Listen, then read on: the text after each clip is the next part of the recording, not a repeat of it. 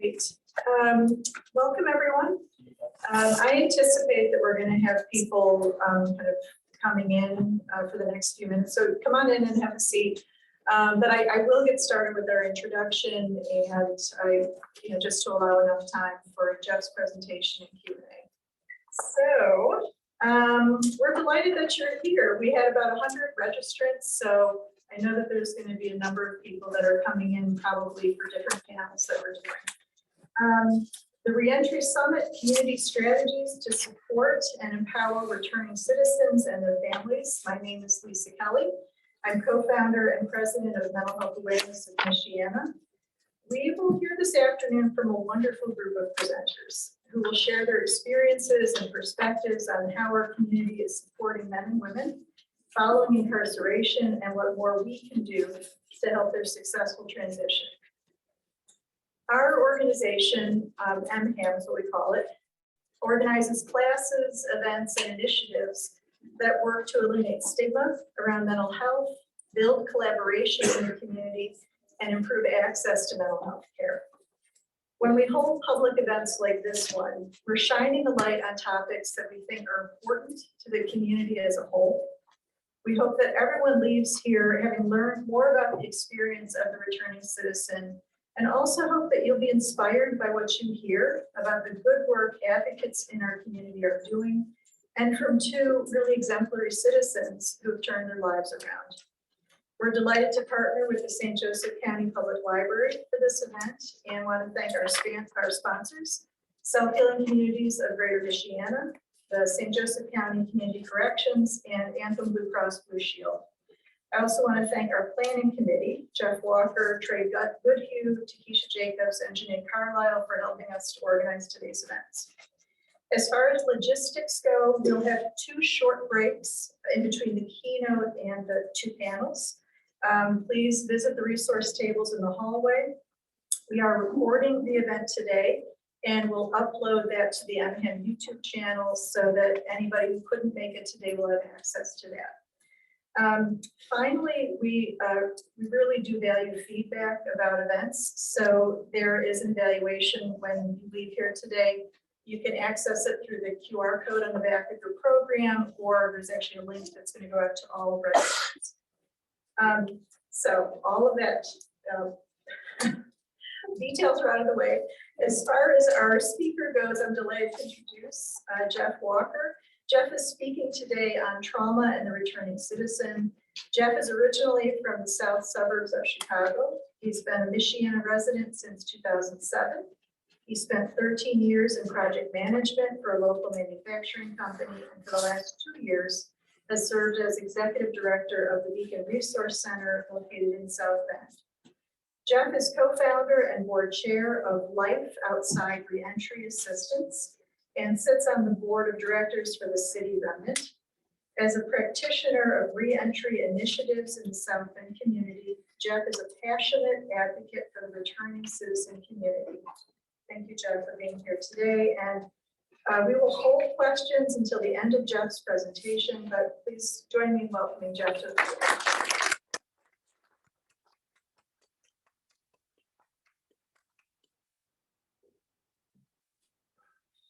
Good afternoon.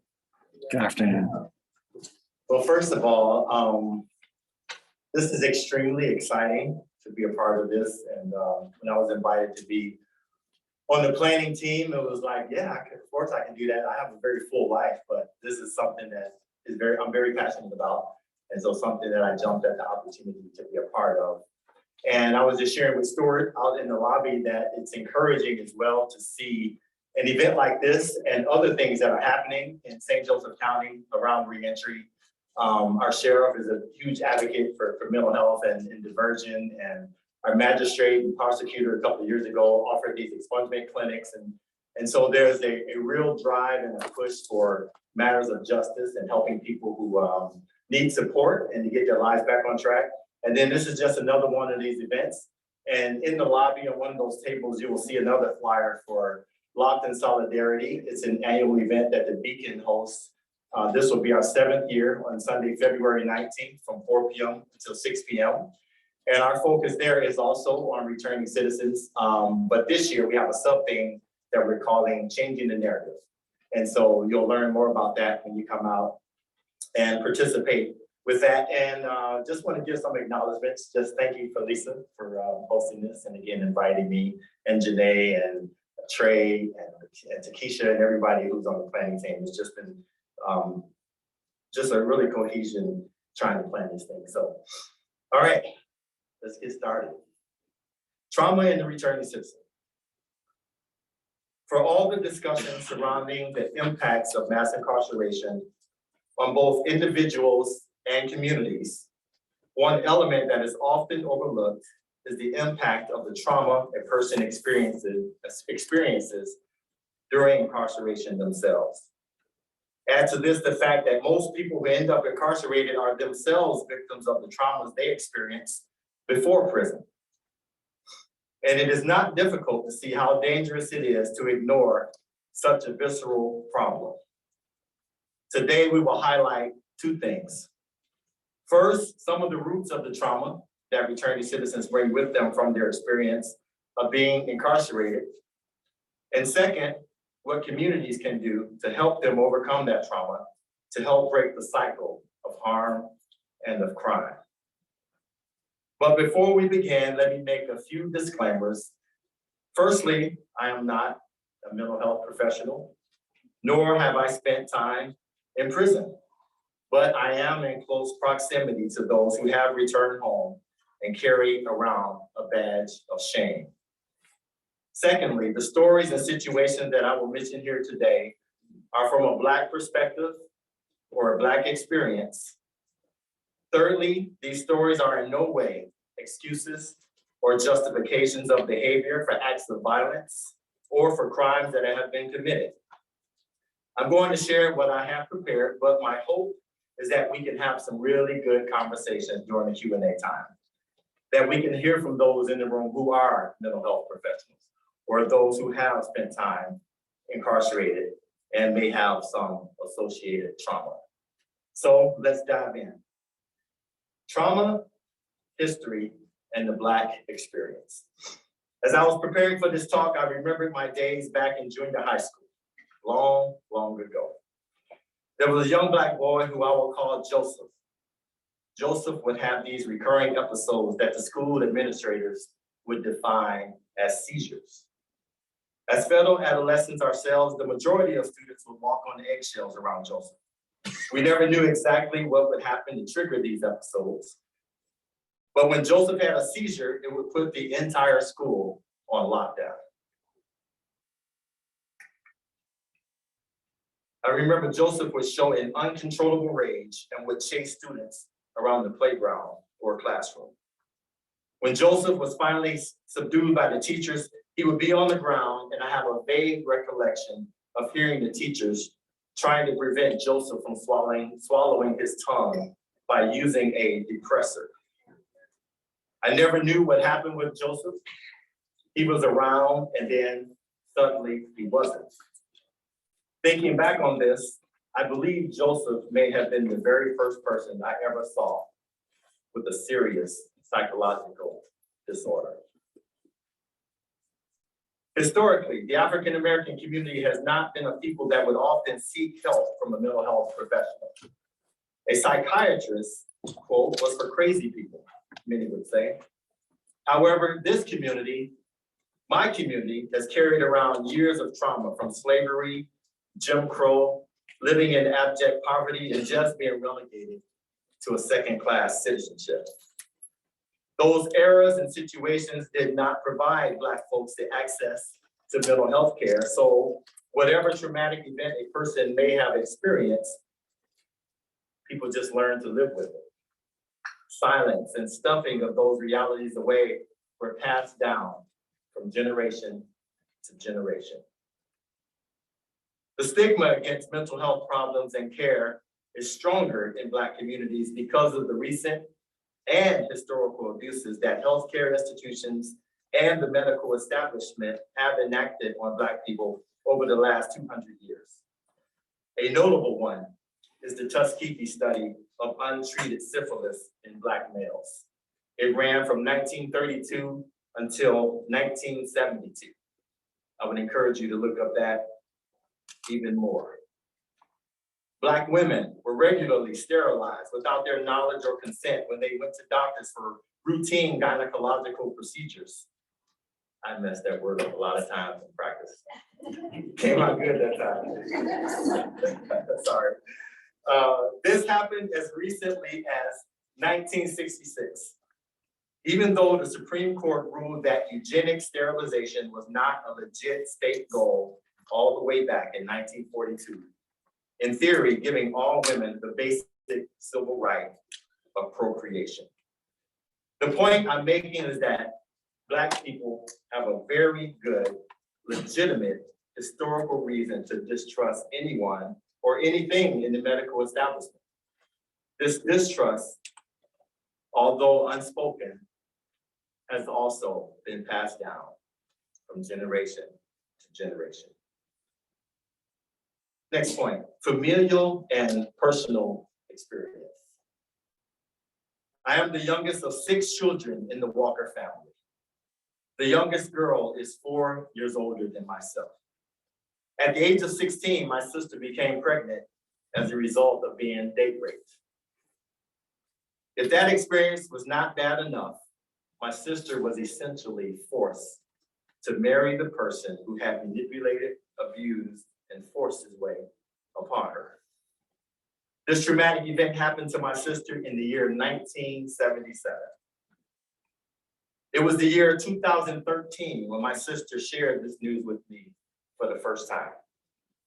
36 years later, 36 years of silence and stuffing. I don't remember a lot about my childhood.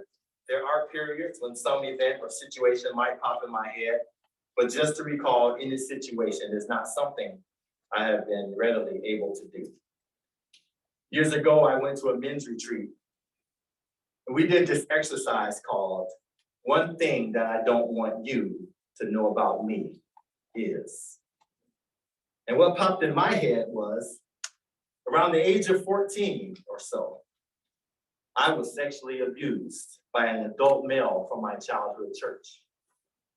I did not realize the damage and trauma that experience had done to me, but I have spent many years with an unhealthy view of heterosexual relationships. My thoughts on intimacy and relationships were distorted and very perverse in a lot of ways. It wasn't until the year 2015, 37 years of silence and stuffing for me after that experience, when I finally was able to say just what I just told you. It was 2 years later when I first heard the term ACEs, Adverse Childhood Experiences, 2017 for the first time. Seems as though there were professionals out there who have studied the very things that I, my sister, and so many others had experienced, but could not give a name to. So you may be asking, why have I shared some historical experiences, Black experiences with trauma, or these very private, familial, and personal stories? What does this have to do with trauma and the returning citizen? My response to those questions would be these stories and experience have a whole lot to do with what we are talking about today. There are many individuals, especially Black men and Black women, who carry these adverse childhood experiences for many, many years. They are reacting to situations and responding to conflict in often negative ways. And many, if not all of them, could not tell you the root of these outward behaviors. So what are ACEs, these adverse childhood experiences? These are potentially traumatic events that occur in childhood. ACEs can include violence, abuse, and growing up in a family with mental health or substance use problems. Toxic stress from ACEs can change brain development and affect how the body responds to stress. ACEs are linked to chronic health problems, mental illness, and substance misuse in adulthood. However, ACEs can be prevented. Aside from the relational dysfunction that I demonstrated, I also had 8 years of crack cocaine addiction, which based on this ACEs definition could be directly related to the trauma I experienced and subsequent behavior that I demonstrated.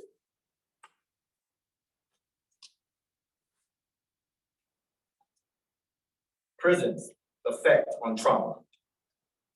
According to the data from the Education Justice Project at the University of Illinois, just about everyone who has been in prison has likely experienced some form of trauma. Trauma is a mental health issue that many people face. I shared in a recent Studebaker talk that 95% of all people sent to prison in America will one day walk out those gates of prison and return to our communities. But what do we want them to come home to? Because for the last few or more years, their only community has been prison. Historically, our correctional institutions are not correctional at all. And I would dare to say that they certainly are not rehabilitating. Some of these institutions are inhumane, dehumanizing, whereby those persons in positions of authority treat you with disrespect and contempt, and daily reminds the inmate that they are nothing.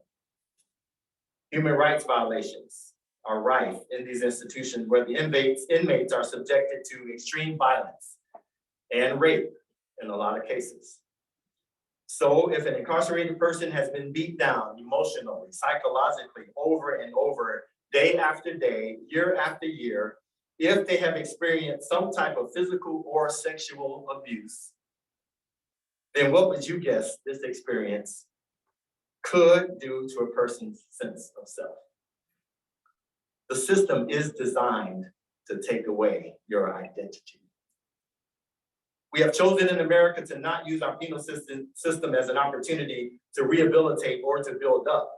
The incarcerated person has just been warehoused for a number of years, but has not been provided the necessary tools for successful reentry. I cannot confidently say that our correctional institutions are providing adequate access to mental health treatment. The Education Justice Project also says that trauma is the emotional response you have during a stressful and possibly life-changing event. It can also be the result of toxic stress that builds up over time. And if anything is stressful and life-changing, it's being locked up for any period of time. Incarceration exacerbates the trauma that already exists. Dehumanization, isolation, humiliation, and stigma, all these can cause a person to be fiercely independent. Many a life has been hampered, crushed, and hindered by the experiences of trauma caused while incarcerated.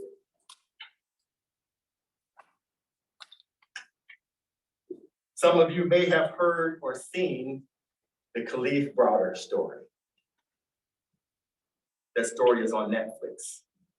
If you have not, I would strongly recommend that you watch it. But brace yourself and be prepared, because it is a hard story to watch.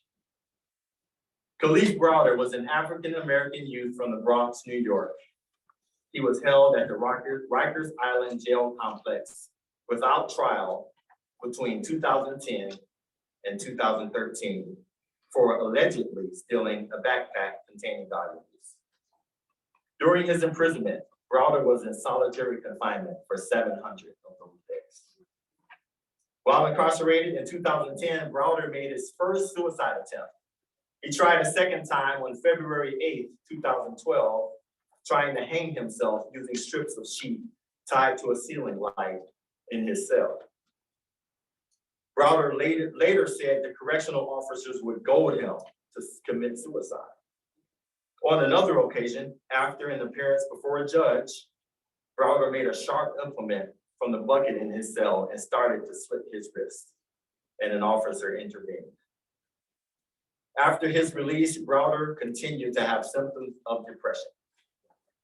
He said, quote, "People tell me because I have this case against the city, I'm all right. But I'm not all right.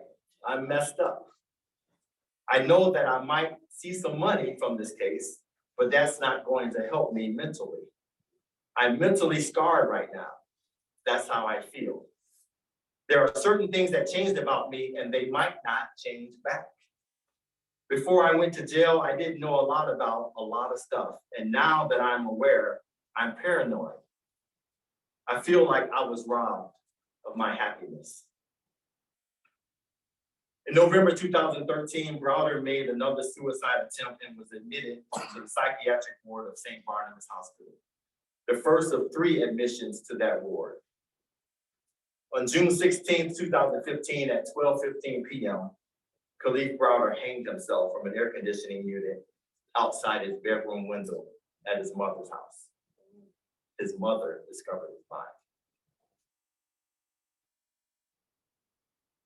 Friend and brother of mine, he may still be out in the hallway, Michael Williams, good friend of mine, returning citizen himself. When I need insight into his experiences, he is always willing to share his story with me.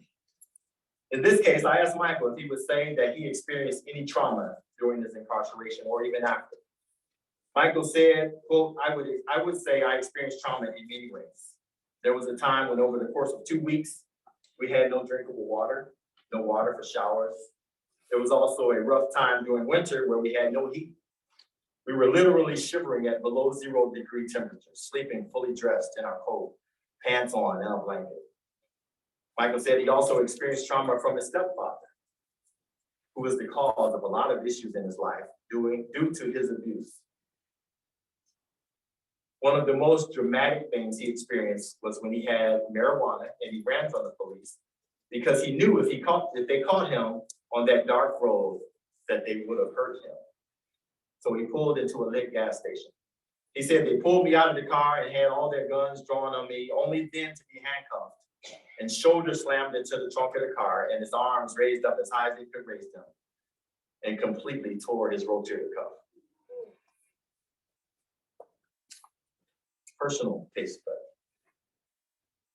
Many of you in this room have heard me talk about my oldest son, Marcus Walker, who at the age of 19 was charged with aggravated robbery and subsequently sentenced to 30 years in prison. He must complete at least 15 years, half of his sentence before he will be eligible for parole. Marcus is in his 13th year of his incarceration. I may sound like a broken record because I mention him every time I share, but Marcus's story is my personal case study. Marcus is sitting in a seat that I should have been sitting in, and one that I hope none of your loved ones will ever need to sit in. So I asked Marcus, he calls me every week, so I asked him, tell me something about, trauma and what you experience or what you see. So Marcus's words, I asked about the state of mental health among his fellow inmates. Marcus said that for some of the inmates, they just have old ways of thinking. Suck it up or you're weak is often what is said. Exposure to ridicule from the staff as well as the people you live with does not create an environment that welcomes any expression of vulnerability. Or even saying that you may be going through something and just need someone to talk to, someone that will just listen.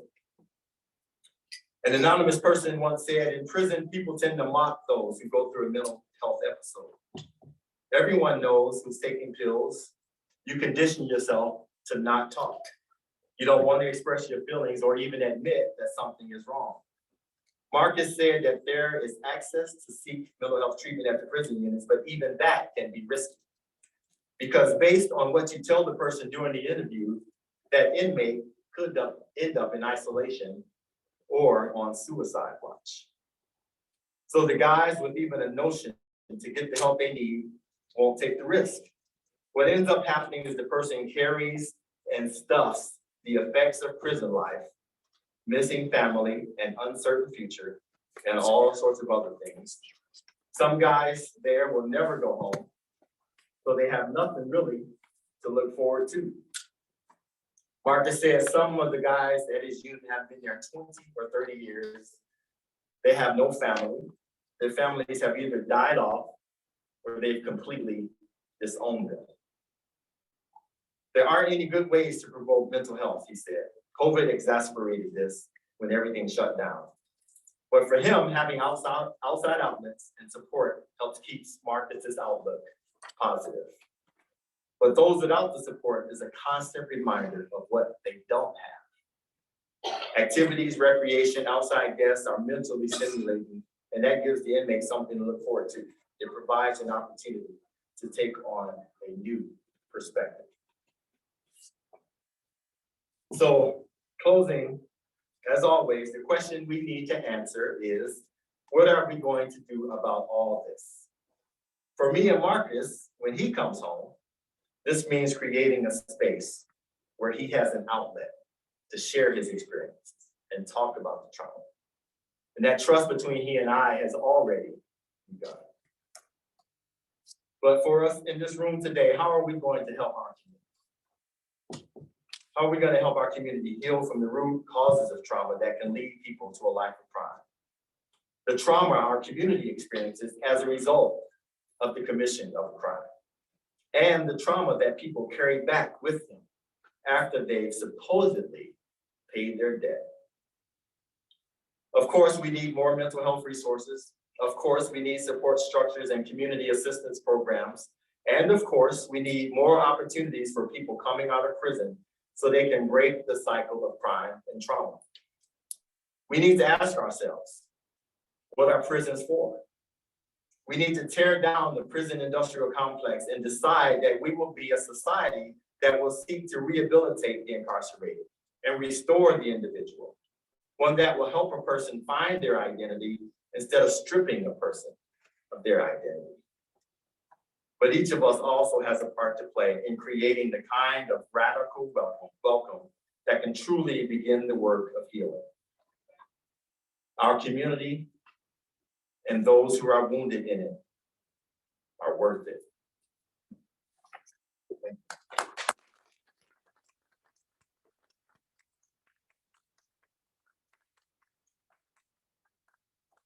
Thank you so much for sharing your story.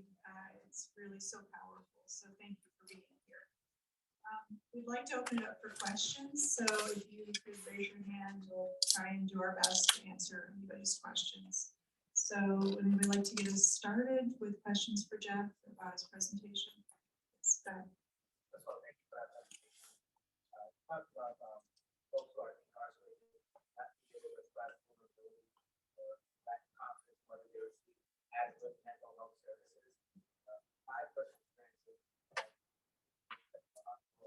often there are systemic hurdles. For example, some patients will have to transfer to a unit or spend some time in solitary confinement before they can transfer. Those systemic issues, just the procedural hurdles. Excuse me, can you get a mic over to him? Yeah, sorry.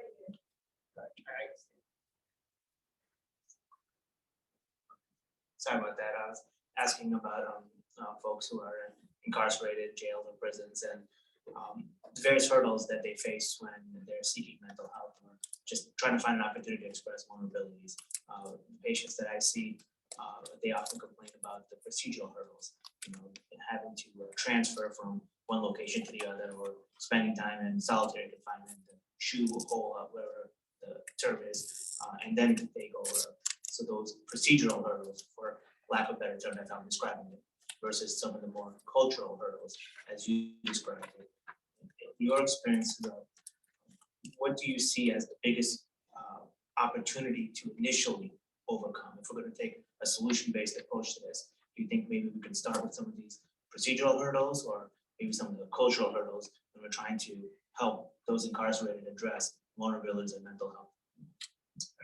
Yeah, I think both. The cultural is a big thing because you actually want people to be able to have access, and in the spaces that they reside in and the people that they have relationship with, we hopefully can promote a space even in prison that, that form of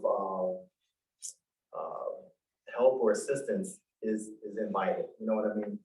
And on the systemic approach, I know our institutions are struggling with manpower, and each institution, especially with my son's case, there's not a mental health professional at every unit. He's been to 3 units in his 13 years, and that type of access is not in every location. So when we talk about this prison industrial complex and reshaping that, dismantling it and rebuilding it, maybe we rebuild it with access to mental health at every unit, and the support system and networks that go along with that, and the systems of support when that person leaves incarceration and comes back home. So hope that answers the question.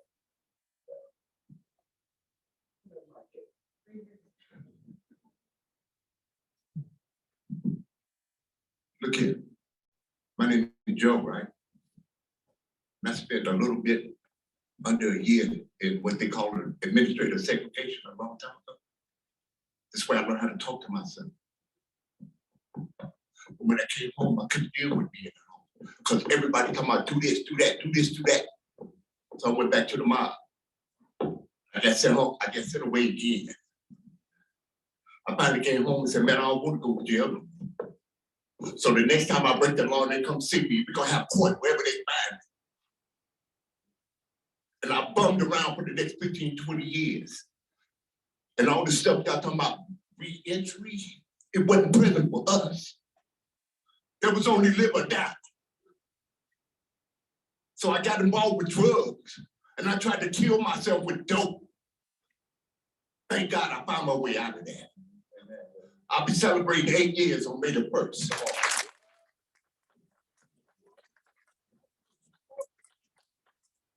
I had no help.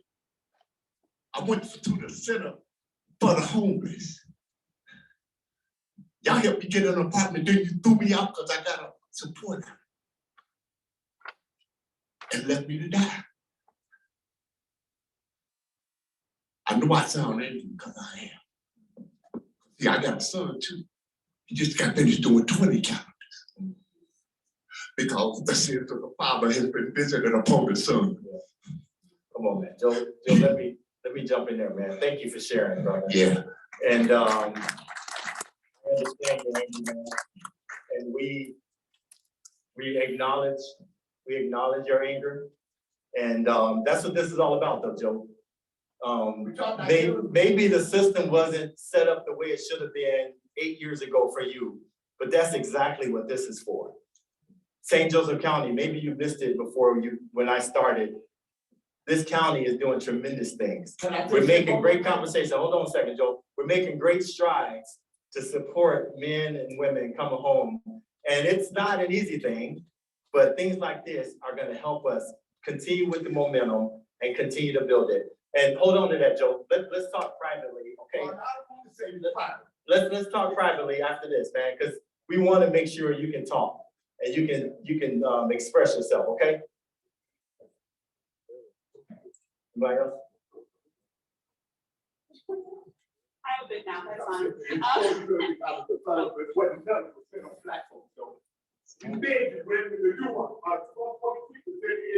Can you tell us a little more about the school to prison pipeline? No, Sandy. I know very little about that. I've heard the term. I don't know about administration, what's happening in our schools, and I don't have kids and little kids especially. And so I have no experience with what's happening in our school corporation. So sorry, there may be somebody in the room, and so I'll take the question. The floor is open to anyone who can maybe, answer that question or give a little insight to her question.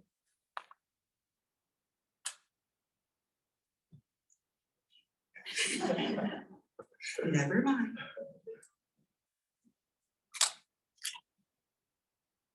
I don't know all the answers. I'm more familiar with the term. From my understanding, there's distinct cultural different outcomes for people of color. And what that creates too is there's attitudes that teachers have towards a Black boy or a Black girl versus me. So in some of these attitudes, they're taught almost at a young age that they're future prisoners or that they're criminals or they are penalized differently, even in school. So they experience kind of early onset trauma and punishment merely for the color of their skin or merely because they were born in the wrong neighborhood and maybe they lack certain resources. So from my understanding is the lack of resources and lack of investment into schools then self-perpetuates and continues the problem. So we end up developing this pipeline, sadly. That's what I understand about it at least. So a part of that also is this thing called the self-fulfilling prophecy. right? That we have this idea that kids can't learn. And so we set up the system so they don't learn. So we kind of make it happen in terms of they're not able to, they're not able to access certain opportunities.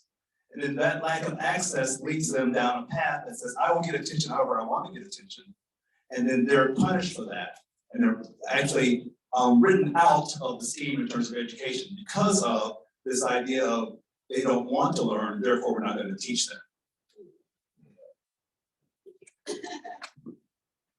Lisa, we got one here and then the lady in the back after Tom. Thanks, Jeff, for sharing. You mentioned at the beginning a lot of the good things that are happening in St. Joe County. You and I have had some conversations. Can you just share maybe briefly for the group? We all know maybe one organization or a couple organizations, and we don't want to reinvent the wheel every time. What kind of progress is there for different organizations outside of prison to come together in some sort of a consortium and almost like a one-stop shop, if that makes sense? Good question, Tom. So Lisa mentioned in the introduction, Life Outside is a new nonprofit that was started a little over 2 years ago, maybe.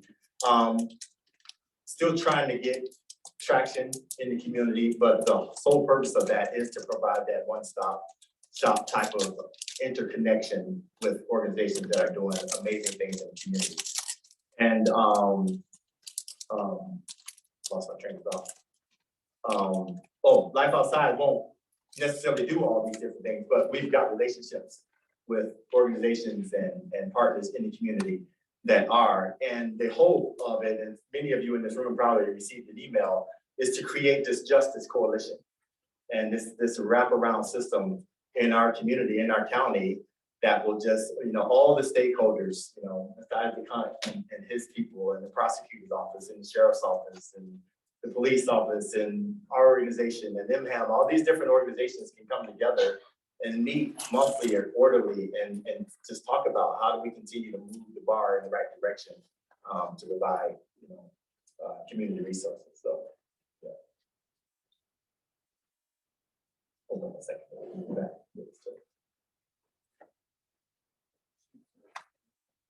Sorry. Reading my steps.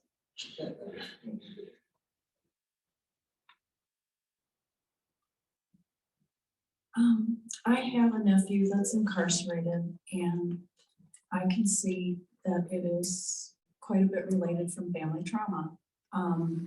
It's caused, it's generational. It comes way through both sides of them, thank you, large Catholic family, because that works out so well for so many of us. But I have been discussing how I have overcome some of that with him in my letters to him, which I have no expectation of privacy because he is incarcerated. Am I putting him at risk by I'm trying to make a plan with him so he does not reoffend, and so that I don't end up seeing, because if it happens again, I'm afraid he's gonna get shot to death. And then we'll be dealing with that. Am I doing the wrong thing by discussing this with him? No, what's your name? I'm Barb. Hi, Barb. And Hi. your tears are welcome I'm sorry. in this space. Thank you so much for sharing. And Barb, I do not think so. I talked about providing my son a space and outlet. And I think, Barb, that's the most important thing, to give people an access to where they can talk about these things. And if your only mode of communication is through letters, then, bombard them with those letters. Yes.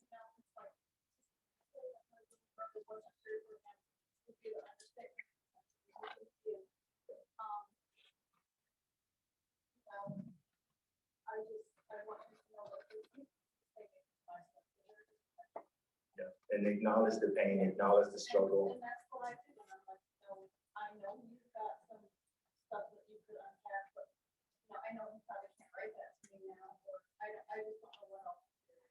Yeah, keep doing what you're doing. Yeah, keep doing. Not gonna leave a bunch of bail money anymore. Yeah. Because, Yeah, keep doing what you're doing. Keep loving him that way and support him. and give them a space to talk. Hello, Ms. Walker. My question for you is this a reentry problem or do you think this is a community problem? My son goes to school here in town, Jackson Intermediate, and there's not enough counselors there to deal with his mental health. It's a 6-month wait to get him into Oakland for his mental health. The students in his class are burning desks in the classroom and getting arrested and going to juvenile hall, and there's no rehabilitation there. So where does the resources and where do the counselors come from, right? Because COVID changed a lot of that. So where's the resources financially and where does the counselors come from to provide these people with the help that they need? I'll let Lisa answer. I would say there's no good answer to that. Indiana as a state is in the bottom percentage around the country of workforce, mental health workforce. So we do not have enough people going into the profession. So in St. Joseph County is actually better off than a lot of other counties around the state. So we don't have enough qualified people, and it's, you know, it's the same as a lot of other professions. We need more people interested in going in because we do not have enough anywhere to meet the needs that are out there. And COVID for sure made this, 100 times worse. Just wanted to respond to that and say that, the opioid settlement money is here. That's $6 million. There's lots more to come. That's just the first lawsuit. There's 5 more coming. And I know that our public health department supports these kinds of programs in schools and that money being used for that. So if that's important to you, it's time to advocate. It's time to call the health department. It's time to call your county commissioners. It's time to call city council and tell them that this is how you want that money spent. See that you're from Ivy Tech, so I'll put a plug in that I do think that the universities do have a role. So in terms of providing scholarship money for folks who are interested in human services and social work, I do think that there's a way to make it lucrative for people to pursue college education and have their master's degrees if they're able to do that. So. It's laid halfway up and then this officer in the middle, 3/4 of the way. Good afternoon, God bless you all. I'm actually, I was kind of gonna sit still and not say anything. I'm with the National Mental Health Council for the VA. I'm also a member, instructor for NAMI, and also on the national level in the mental health of awareness that connecting organizations and communities together, and also under the correction where we deal with the reentry on the basis of individuals, family members, and holistically, especially dealing with the lack of trauma prevention centers within the community that should be here that would help to prevent a lot of occurrence of things. If there were more trauma centers in the community where the family member or even that person in reentry can connect with mental health or with resource of being able to have the information. And I think that one of the things that I find is that the lack of information, education, and how do you address the reentry with your loved one. Thank you. Thank you. What's your name again? I'm Pastor Linda Holmes, and we also reaches out to all of the churches because it's very vital that the churches have a lot of reentry as well. Thank you. Absolutely. And we're working on that crisis center here. Good afternoon. My name is Isaac. One of the things about reentry is that we have to always realize that this is a profit business. And private prisons are popping up all over the United States for intentional reasons. And I know we talk about the heroin epidemic and the fentanyl epidemic. One thing as a community is everybody's sick. So we have to treat the sickness. We're putting Band-Aids on wounds and we're not getting down to the real deal of what's really going on with people. We have a lot of organizations that's doing a lot of great work, but a lot of times we're working in silos. And it's great that we're beginning to start doing more, but What about the guy I got a call about last night? They got 5 kids down here at the library, need a place to stay. Where do we go? You got a 30-day wait to be able to get a home. So if he go out and commit a crime, what we gonna do?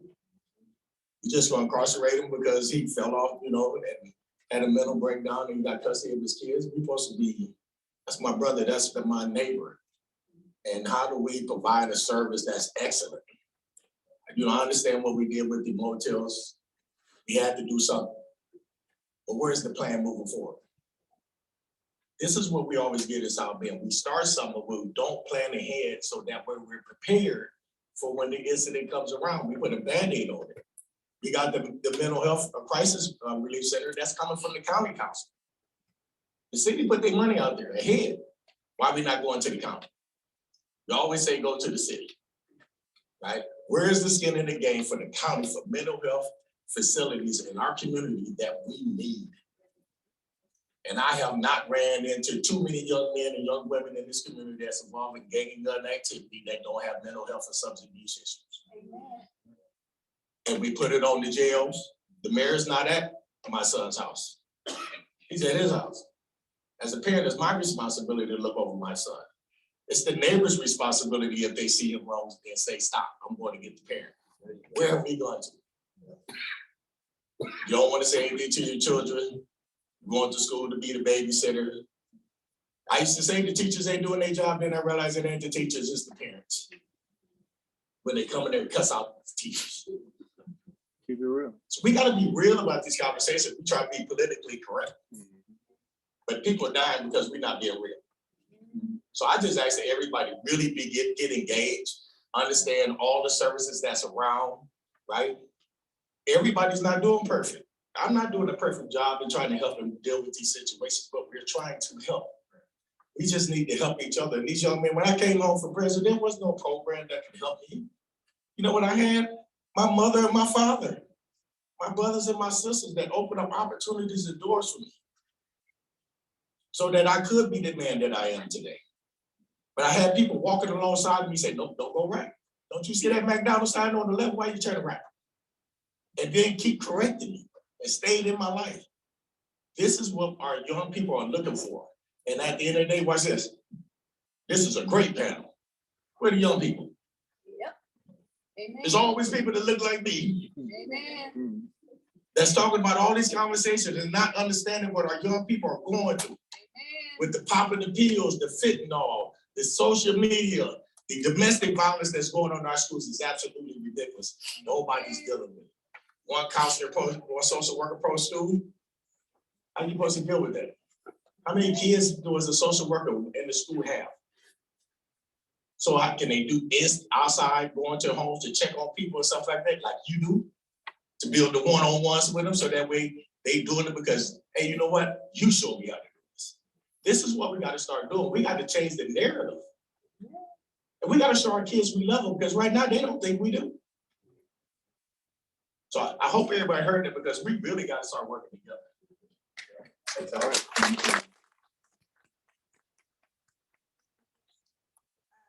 For our panel that's going to come up. So thank you so much to everybody who raised questions and some very powerful emotions that people have about their experiences. So I'm really glad that we're doing this, and we're going to thank Jeff again for presenting. We're going to take 5 minutes.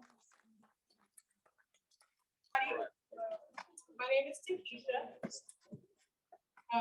and I will be the moderator for our next panel, Advocacy and Lived Experience.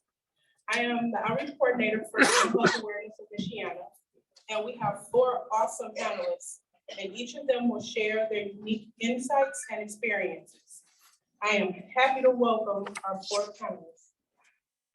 We have Sharon McBride, the Director of St. Joe County Community Corrections and President of the District, 3rd District, Representative, let me get that right, 3rd District.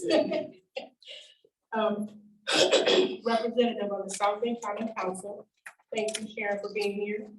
We have Sheriff William Redman, was elected as sheriff of St.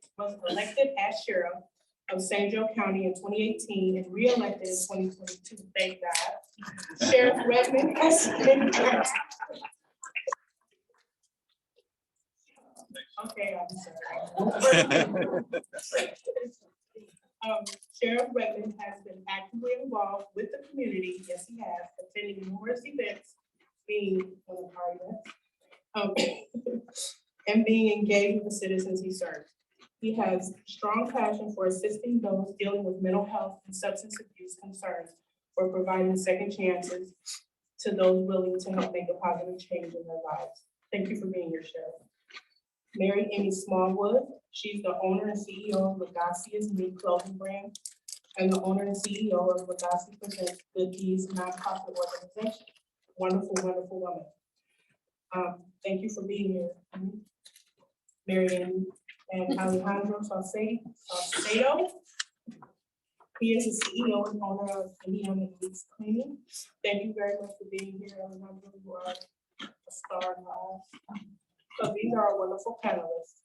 We will hear from each of our panelists and then open up the conversation for the audience's questions. Sharon, would you like to get us started? Yes, thank you so much. Today, and to see that we are talking about mental health.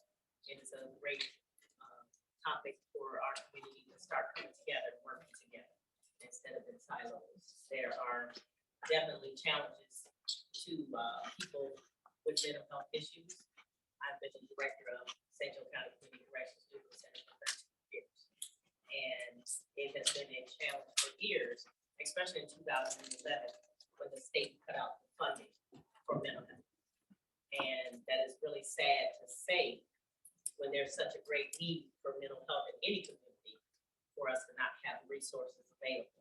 So what we have done at Youth Center is to continue to collaborate with the courts and with the jail, with the sheriff's department, and with Oakland, Epworth. We have people now, Recover Michiana. We have Marlowe Debt. There's a lot of different resources that we have people that you can call to get treatment. And I don't think that information is out and talked about enough. We also have the 211 number that you can call, the 988 crisis hotline for mental health issues.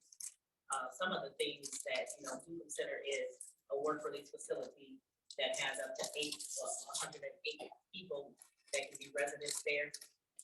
We offer services such as you can get your GED. We have an in-house substance abuse counselor. We have a reentry team that helps with getting you into treatment plans and programming. We have cognitive programming to help people to get on their feet. We assist with housing. We assist with your birth certificates, anything that you need to get acclimated back into society. We're a low-level facility.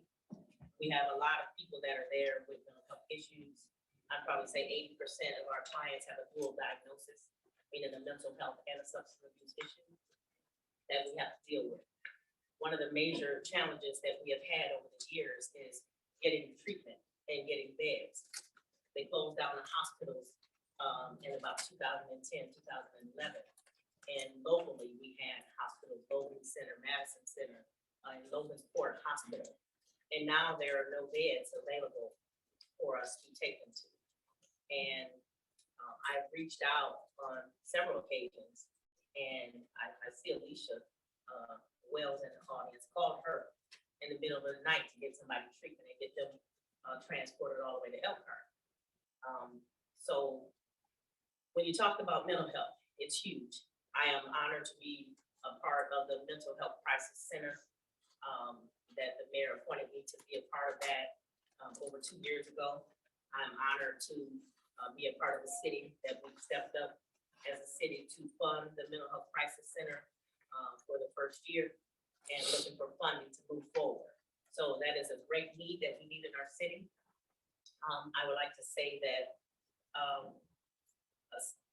two of the prized possessions that we have out of Ducombe is Mary was a resident of Ducombe Center some years ago, and she's one of our major success stories. And I'd have to say right now, Alejandro is currently on our program and has been doing a wonderful job with getting his business started as well and being a model citizen on our program.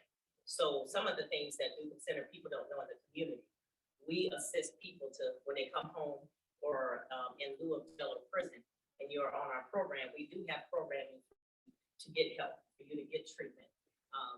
We definitely need to continue to rally our city council, county council, our state legislators and Congress to give us more funding in order for people to get help. 1 out of 5 people, and I'm not talking about just incarcerated people, 1 out of every 5 people have a mental health issue. And it's okay to get counseling. We should get counseling. Yeah. I know I can speak for the Black community. A lot of times we were taught not to say anything. We were taught not to tell anything. Whatever goes on in this house stays in the house. So a lot of times we keep that growing up as an adult to our detriment because we don't talk about it. And then in school, you have kids who are, you have suicide rate that is up tremendously with babies and children. And that is just unheard of. We should be fighting for their lives. We should be encouraging for beds and more money and more funding. We have the state that keeps saying that they're gonna give us more money. I know they talked about giving us $30 million over the next 2 years. That was 2 years ago. So we have to continue to fight, petition, have meetings come together to try to help. There are some times when people get sentenced to do them, and it's court order. Of course, we don't have the resources. We don't have mental health specialists on staff. So for them to come to our program without medication, when you're coming from jail, some of the challenges that we have is there's a lack and a gap of services with medication, because the jail cannot prescribe medication once they leave the facility. And what happens, because if they overdose, the doctor who signed up that script is in charge of that. So we have been trying for the past few years to get that gap closed, to make sure that we have people like Edward, Oakland. And so far, if we have a mental health issue and need inpatient treatment, we have to take them all the way to East Chicago to get a bed, or to Indianapolis to get a bed, or to say that Epworth is too full, or there's a waiting list. So we have to continue to keep fighting for each other, working together with one another to make sure that people get the help that they need. And I'll give it back until the questions are opened up. Thank you.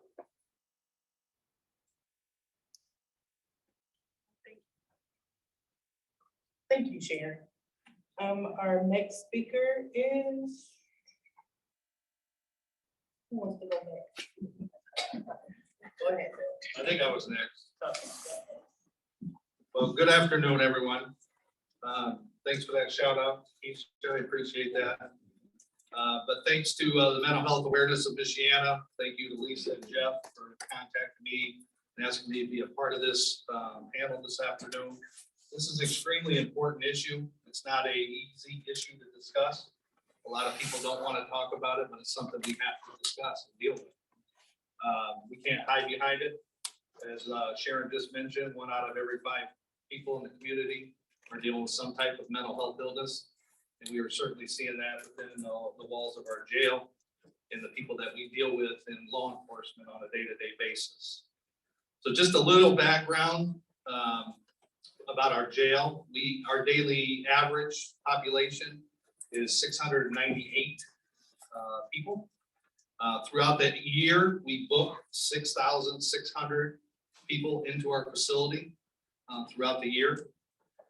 Predominantly males, so we typically, out of that 698 average, predominantly 600 of them are male inmates, compared to about 96, 98 female inmates.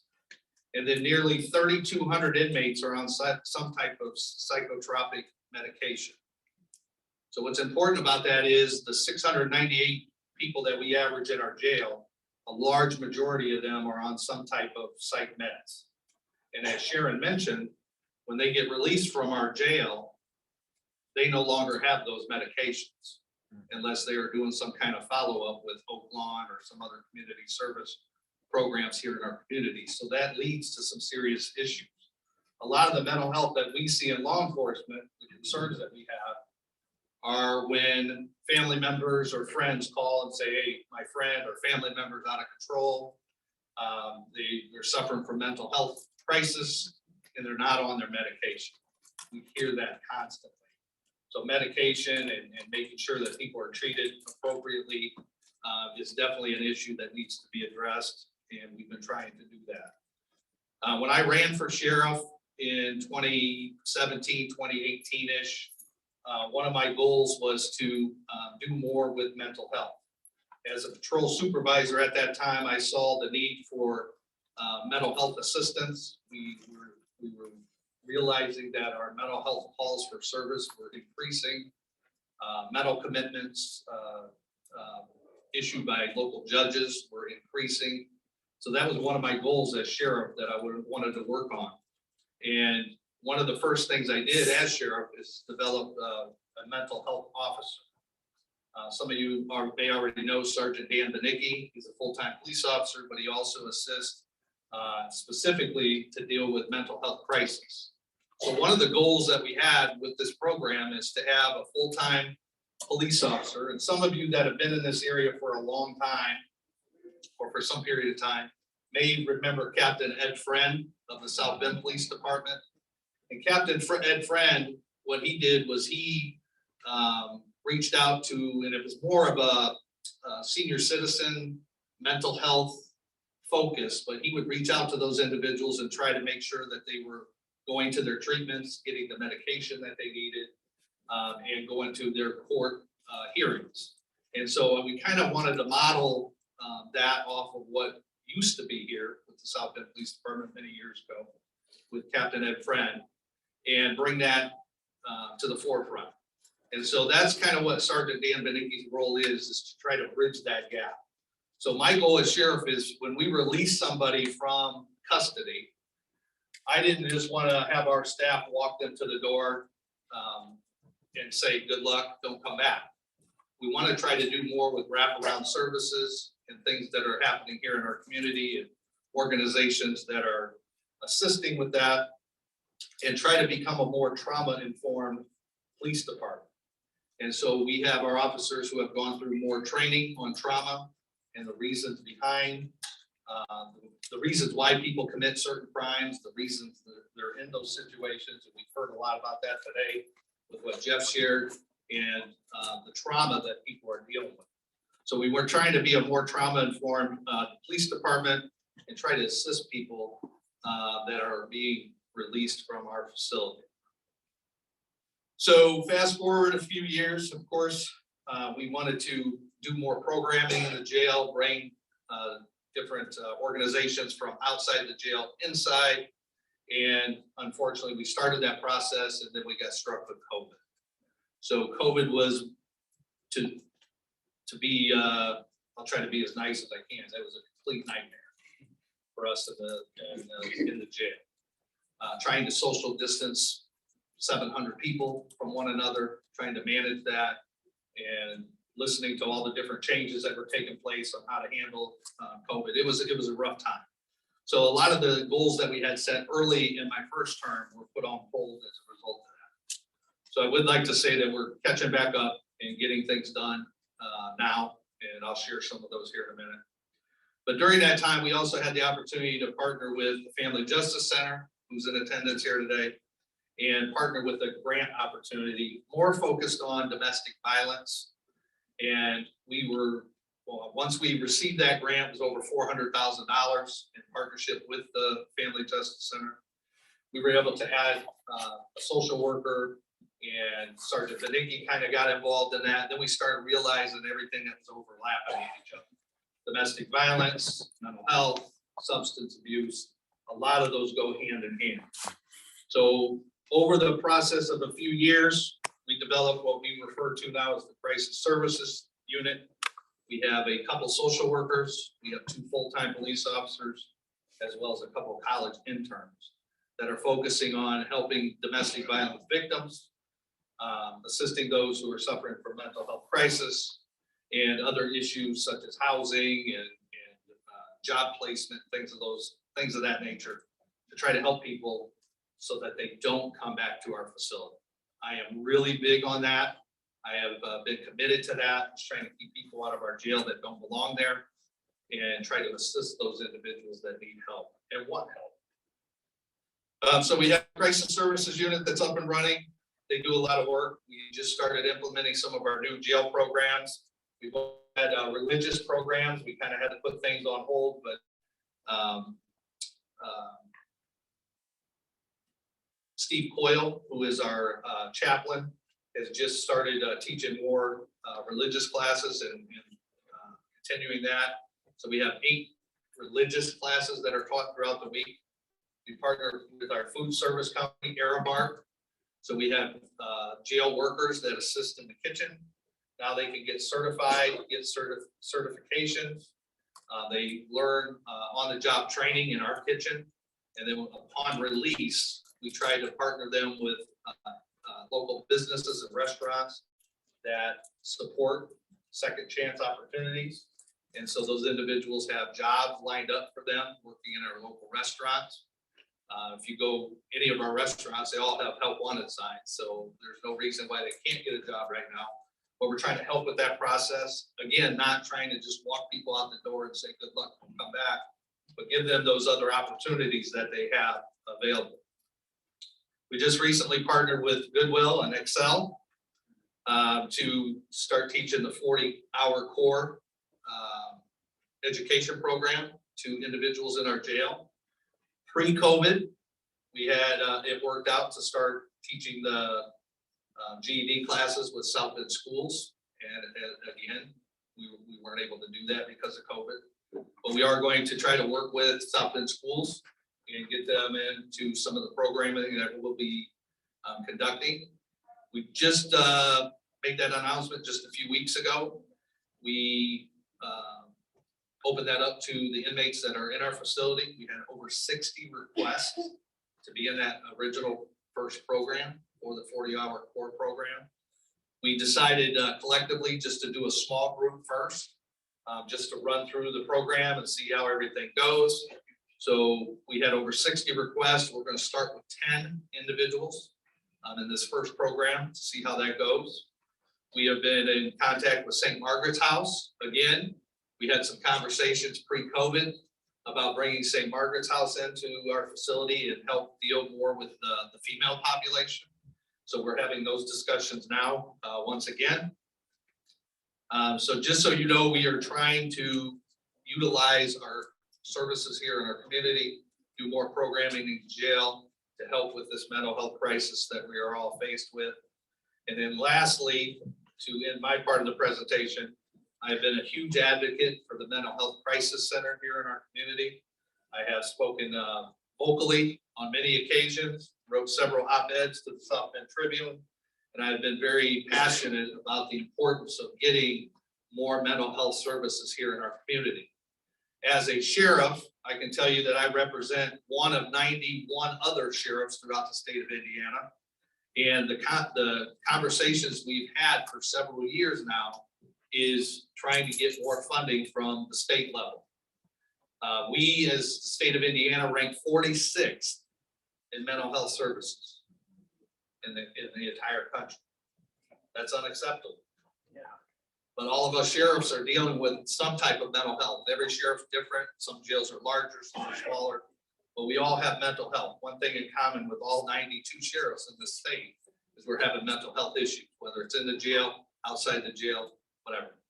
So we're all dealing with that. So I can tell you the Indiana Sheriff's Association has been a strong advocate to get state funding in our local communities. We keep being told that we're going to receive some funding at some point. Just as was mentioned earlier, we've heard that for the last few years. So it's getting a little frustrating, but we keep being told that each of the counties are going to be supplemented with some kind of funding in the future. And so we are looking forward to that to help deal with the things that we are dealing with here in our state. But I will tell you also, St. Joseph County is being recognized statewide for some of the positive things that we are doing in the Sheriff's Department and all of us collectively to bring more awareness and more assistance to this mental health crisis that we're dealing with. Thank you.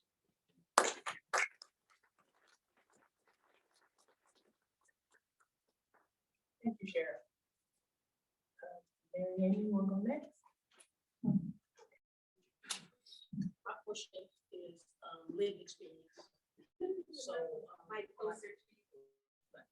so this is better? All right. So my question is lived experience, so I can speak to when I came from doing 6 years of incarceration, what resources was available to me. So upon completing my 6 years, I went to a transition house, business house, which would be the second chance. And the great thing about the business house is structure, stability. You have to do things a certain way. You do things repetitive. So every day at 6 o'clock we have dinner. So that's making you have a routine. So for me, routine structure is perfect for me. Because if you don't have it, then you go all over the place. They had ties with the businesses in the community. Excuse me, I'm starting a little bit. Let me get it together. Okay. But they had ties with businesses in the community. So it was employment opportunity. So that's a plus because you don't have to go so far. Or just feel hopeless like you couldn't get a job. As Sharon mentioned earlier, I was part of the Duke Center as well. And they had some great things going on at the Duke Center, which they provided job opportunities as well and transportation for a small fee, which wouldn't hurt because if you use different methods of transportation, it would be more out your check. So, and if you reside there, that was good because you have to go far to get a ride and go back and forth. But do that.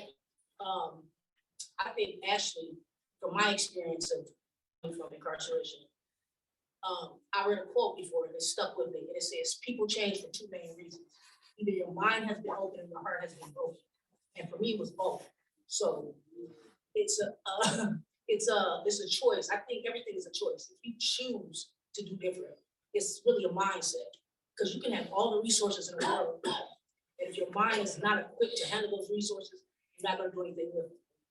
So I think what would be useful moving forward when people come from incarceration, and I've thought about it because I had a lot of time to think about it. I've been home for 5 years.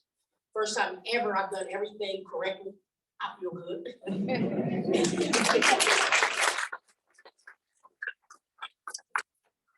What would be beneficial for folks coming home from incarceration and how to build a strong platform, a strong foundation for your family? I think we should implement some different kind of changes. So 9 times out of 10, when a person comes from incarceration, they have children, they have a family. They'll be, most of the time they're gonna be on community corrections. They're gonna go to a transition house.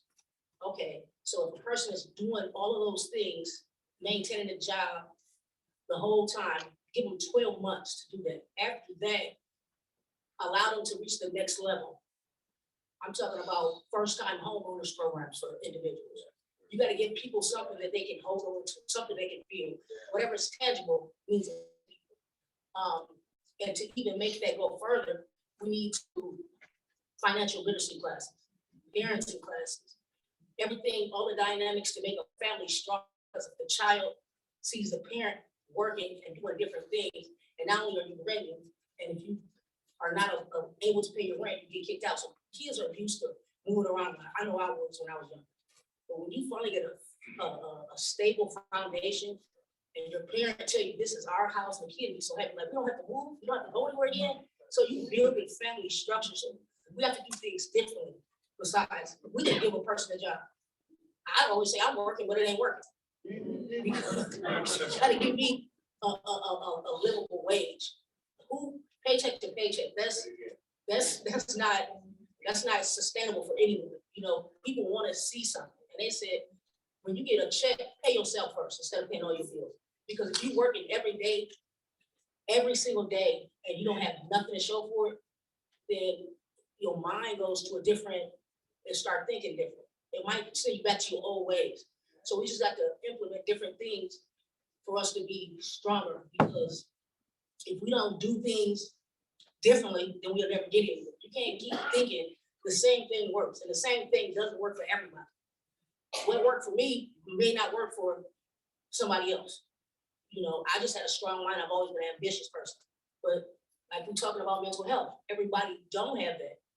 I had support. Everybody doesn't have that. You know, I had Maria Casimiri, loved me. You know what I mean? And always there for me every time. I thank you for that. I have Mr. Hunt. Came looking for me for a job because of what he heard I was doing it. So it's just great things happen when you do great things, but to make great things happen, we gotta start. We gotta reinvent the wheel. That's just the bottom line. Like, you can't just go to McDonald's to get a job. What is that? Give them something else. We need how much? $15 at the most, that's what it is. Okay, but a person can't really live off that. Right, We have- so what is that? What is Exactly. that? So we have to figure out how to do some things different. So I don't know, Alex, about like your experience. I know we did some things together, but I feel like we should open up different opportunities and just do things that people can really feel now. Because if you give a person an opportunity to own a house, most people rent for their entire lifetime. But if you give a person the opportunity to own a house, you would see different things happening in families. You'll see things coming together. The kids will start looking up, probably listening even better, because the parent is doing something that the child probably never seen. And it's working hard. We can start parenting classes twice a month. One time, the children come with the parents. The other time is optional. Financial literacy classes. Just, we can even have mental health programs so they can visit those. Just different things, different ways of thinking and making changes. We can't keep doing the same thing. I just thank God for the people that were in place for me to make my transition successful and my tenacity to do it for myself. So, Alex, I don't know how you want to add to that. You do your spin on it.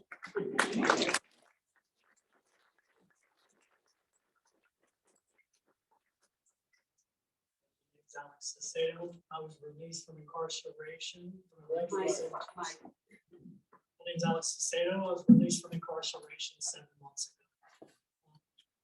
From a lengthy sentence, and you would expect an individual coming out of incarceration to be excited and at the opportunity of the whole life that's ahead of them. But that was not my case. I was terrified because although life is ahead of me, every hurdle is also ahead of me. There's a lot of obstacles. I'm starting from ground zero. How am I going to make it? So I was very scared. I was denied going back to the county where my mother resides in due to the justice system. They didn't approve it. And I certainly couldn't go back to the community I came from because all of those contacts were negative influences in my life.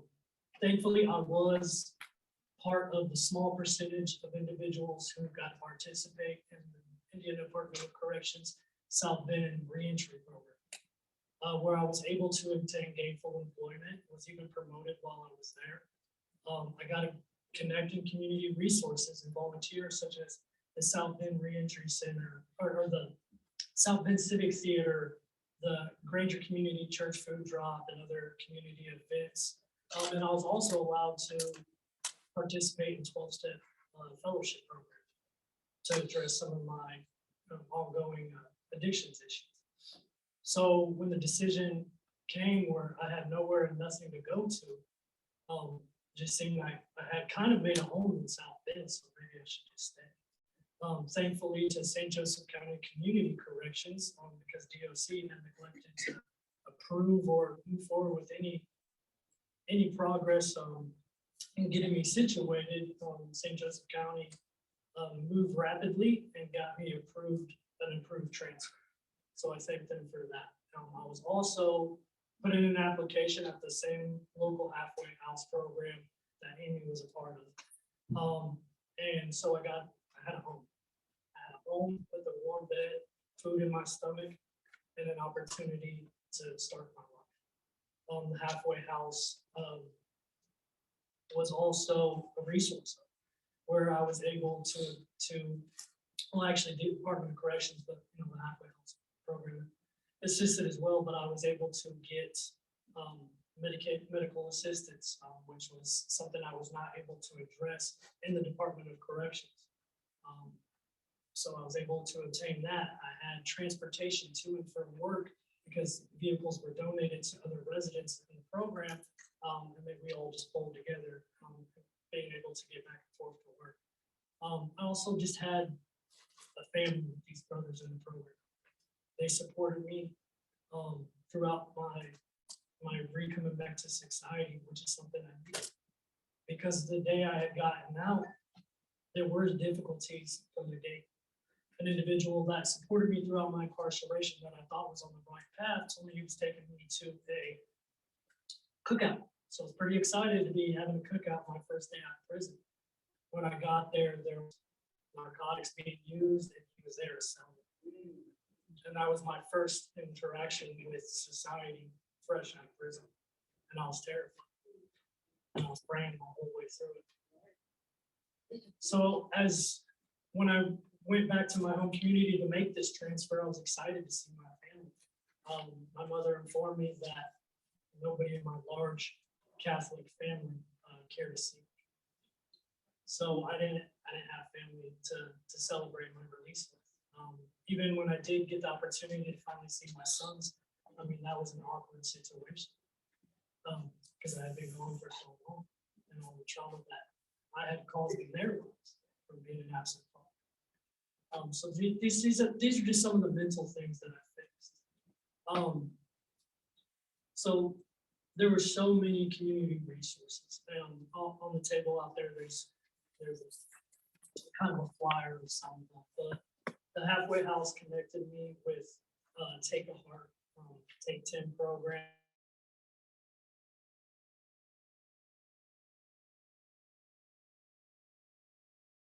A shirt in there, and I just got a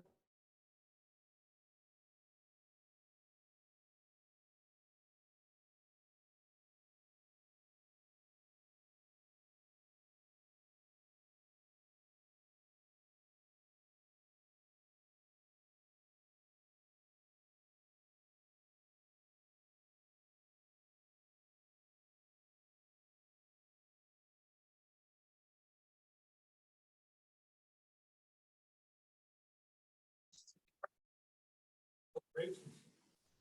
I got to participate in Men's Talk, which is a fellowship where faith-based, where men just get together and talk about men's issues. I've migrated throughout different church services and volunteered in their program.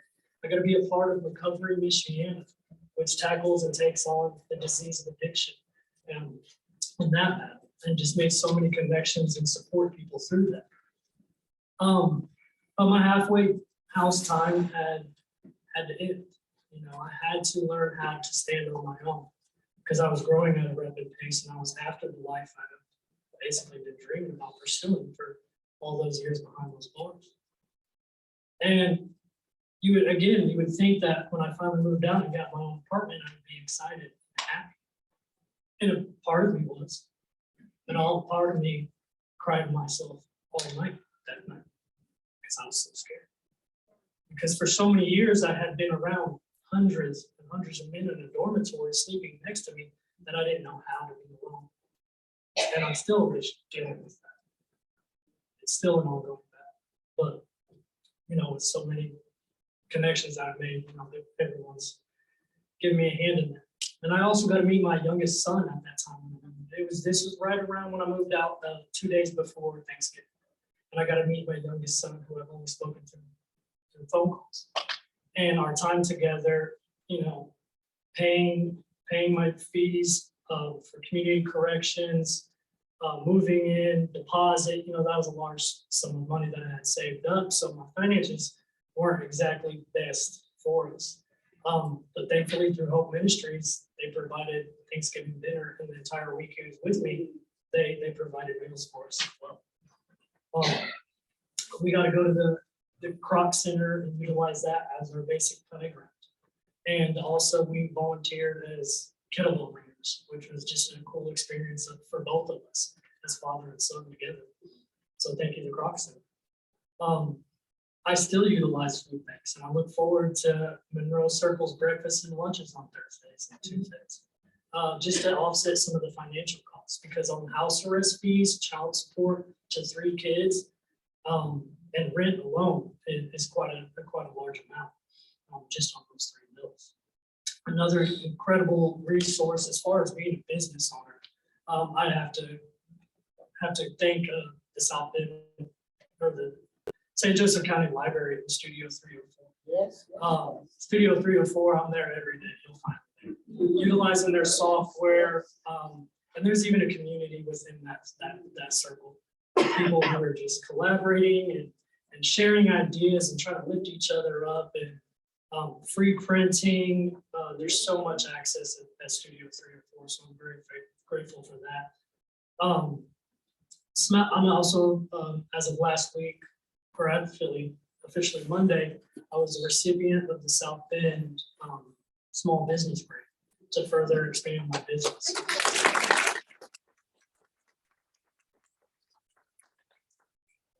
Excellent business resource was Project Impact at South Bend. In the local chambers, the Rotary clubs, BNI groups, everything that's out here that people just starting a business. So I hope it's important. In the community at large. If I have a question and I need to go to the city county building, somebody's going to try to help. Somebody's going to try to point me in the right direction. Sometimes that's not the right way, but they at least try. I've also, been a participant, and I used to train and fight at an amateur level. So I got to participate in the Powell County Police Athletic League at the Beacon Resource Center. So there's a lot of good things going on in this community. But I do want to share two quick stories. Because my case was actually from out of county, just being supervised by St. Joseph County, everything that may occur has to be reported to Tippecanoe County. And what I mean by that, I went to the roller rink on one of my passes, and I was feeling good about that. This is a fun, sober thing to do. It's kind of like going to the club. I got dressed up. There's good music. The lights were going. I was like, this is my sober club. I like it. There was a good mix of young and adult people there. So I had a great time. But as I was leaving, I asked because this is an Elk Harbor, South Bend doesn't have one. I asked my friend if the police were bad out here. And she asked me, well, I mean, you don't do nothing. You should be fine. I'm like, well, that's the problem. I could simply not have my turn signal on, and I get pulled over. And the report automatically, because I had an encounter with the police officer, is a violation report, which gets reported back to my judge. And before him, he says that I violated the terms of my community correction sentence. So then he has to make a decision. So hopefully I pray that if something like that were to occur, that I wouldn't be getting sent back to prison. That's potentially looking at. So leaving the facility, I was terrified, and I was full of anxiety. And that's just another hurdle that I have to constantly look out. The last question is a challenge to everybody here in this room. The fact that you're here and your ears are listening, I think there is a different audience than what exactly I'm talking about. But I was in the city county, and I was trying to get on the county city vendor list. Again, nobody exactly knew. The form I had was super outdated. They were trying to point me in the right direction. So I'm just hitting every floor of the 14 floors in that building, trying to find an answer. I did find it, but on the elevator, a woman came on, and very cordial, very nice and friendly. And I asked, well, what floor do you work on? And she said, the 6th floor. Is well, maybe that's the floor I need to go to. And she said, well, no, that's the prosecutor's office. I'm like, yeah, that's not the floor.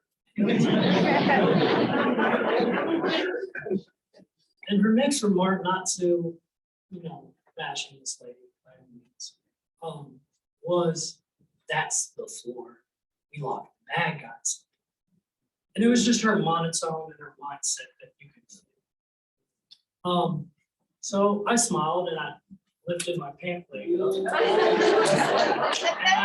And my attire is basically the same, professionalism. And I said, you mean like one of these? And I just told her, thank God for community correction opportunities for people like myself to make a difference in their life.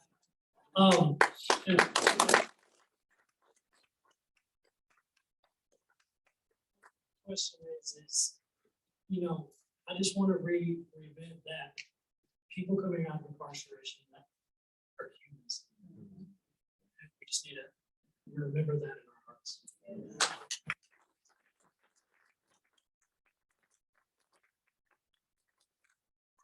Mary Ann, and thank you, Alex.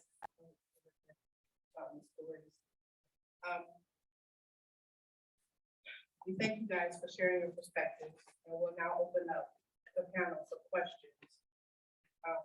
If anyone has a question for our panel, you can raise your hand and we'll get to you. There's a couple things I also want to add, and that is, so we did have young people in the building. I'm co-founder of Connect to Get the Change, so I'm always going to bring some young people.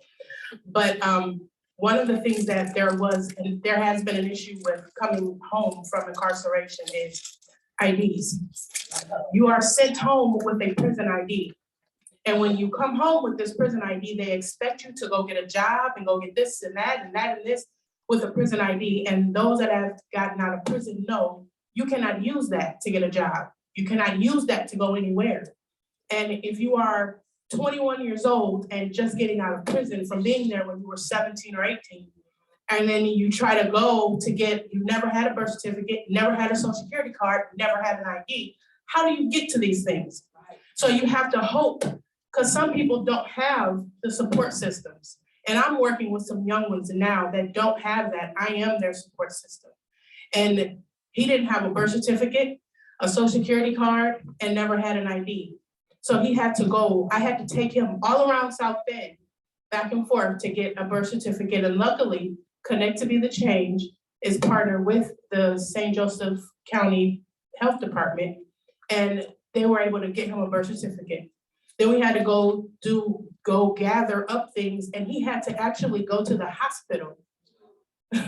He had to go to the hospital, get discharge papers, take it back to the Social Security office so that he could get a Social Security card. These young people coming out of prisons need an ID and not a prison ID. They've served their time. They do not have to come out with an ID showing, hey, I've been to prison. Like, that just doesn't make sense to me. So that is another hurdle that people come out of prison with. And it's also a mental issue because it constantly beats you down. You've done your time. So I just want to add that.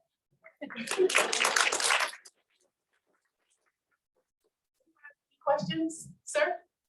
Oh, I have the mic, so I think it's my turn. Oh, go ahead. One of the things I've noticed with folks that we work with, and it's been particularly men, but part of what gets them through their experience in prison is wanting to get out and be a really good dad to their kids, be a good father. And so I'm wondering if there's any specific community resource that helps mediate that relationship between the person who's been incarcerated and the parent of the child that's been on the outside, who's undoubtedly very bitter about the years that they've spent taking care of the kids. But how do you do that so that somehow or other there can be some kind of mediation between folks so that you can be a part of the lives of your kids? I'm just curious if St. Joe County has anything like that. Yes, they do. So that's it.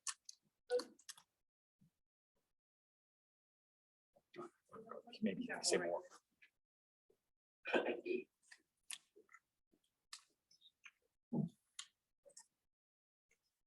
Just to answer your question, I'm Bill from Elkhart, Indiana. Before COVID, we actually had a program called Children of Incarcerated Parents. And what we did is we took children actually to prisons to visit their parents. And when COVID hit, we had to stop everything. We could no longer make those trips. Once again, I run my agency in Elkhart. It's called It's Possible Inc. We do just a whole bunch of things, but things that have kind of been shorthanded because of COVID. I'm actually looking at coming to the South Bend area. I've worked with some people inside this room probably many, many years ago, but that's what I'm doing right now. So I'll get my information out to everyone before I leave. Any more questions? Oh, right back here, the burgundy sweater.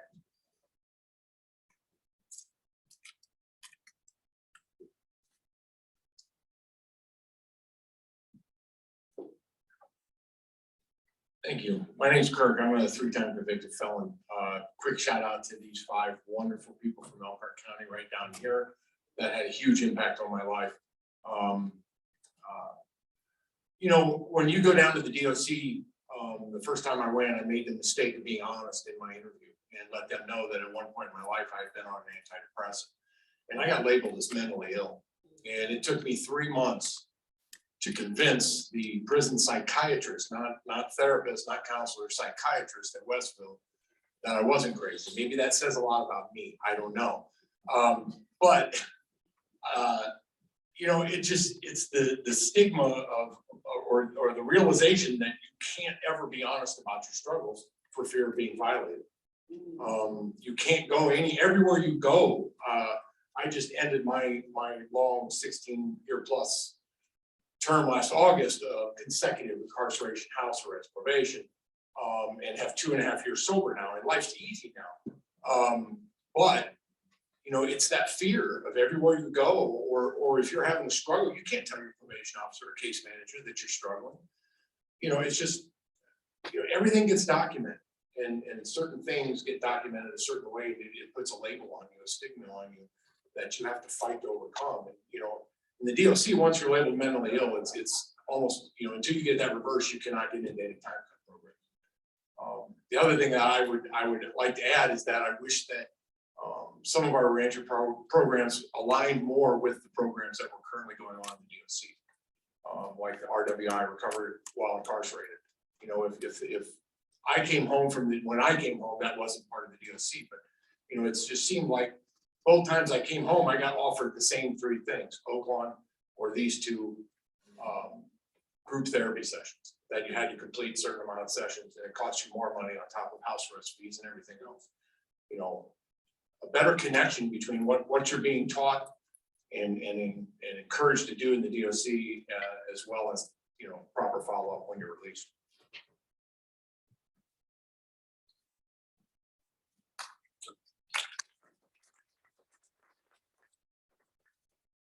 Do we have any questions for the panelists? Okay. Emma, back there. Hi, I'm Emma Smith, and I work for Central County Domestic Relations Counseling Bureau. I'm a social worker. Fun fact, I'm Mary Amy's sister. So with our program for Domestic Relations Counseling Bureau, you can self-refer to our program. So if you petition the court for parenting time for fathers, you can petition the court, but you can also self-refer. So we do mediation, custody, parenting time, short-term parenting time, so supervised visitation for parents who have been away from their children for a while, and we do that as well. So you can self-refer to our program on the ACE board and the county city building. Oh, yay. Anything about Thank you, Emma. Right in front of her with the white shirt. Mentoring men and women coming home from incarceration has been shown to actually be one of the most effective ways of reducing recidivism and helping men and women reconnect with community and reintegrate into the world. That takes a lot in the way of training. It takes a lot in the way of cooperation with the legal system, correctional system, safeguards, because the most effective mentoring begins behind the walls and then continues in the streets. So I'm just curious. I've been actively involved in actually probably one of the best mentoring programs, after incarceration systems in the country back in Camden County, Massachusetts. I'm just wondering if there's any appetite, if there's any interest in that kind of a approach, from the point of view of the folks in the system as well as folks in the community.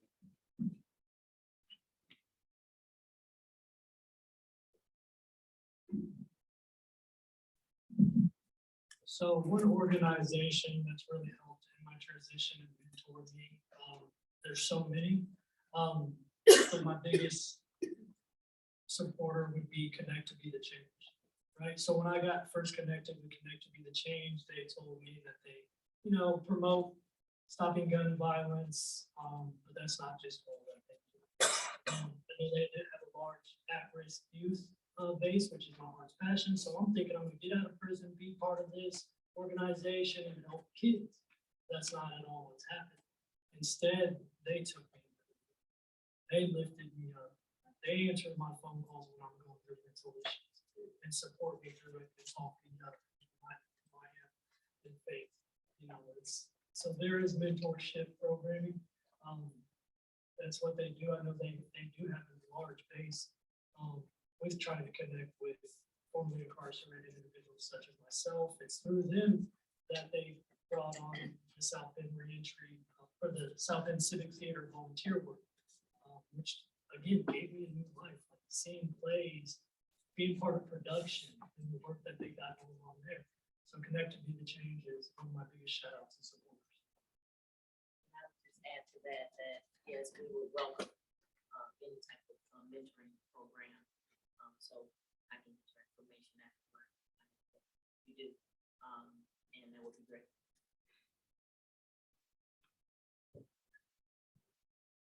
I just wanted to add on to that, and that's actually a great question. My name is Brandy. I'm with Mental Health America, Indiana, and we really have been backed by the state for peer supports. And they have been shown to really help persons in their recovery journey, whether it's like me from incarceration, mental health, addiction.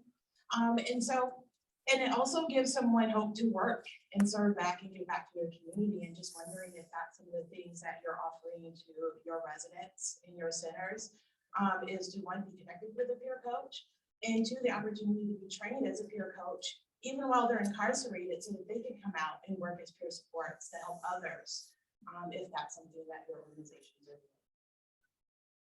I know that both the DOC and community corrections have recovery coaches or access to recovery coaches. We also partner with Amani Unidad, peer-to-peer for mentoring, and no way, other way to mentor one another than people who have been, incarcerated to tell their stories and say that you can make it and to continue to push them on. So we do have access to recovery coaches.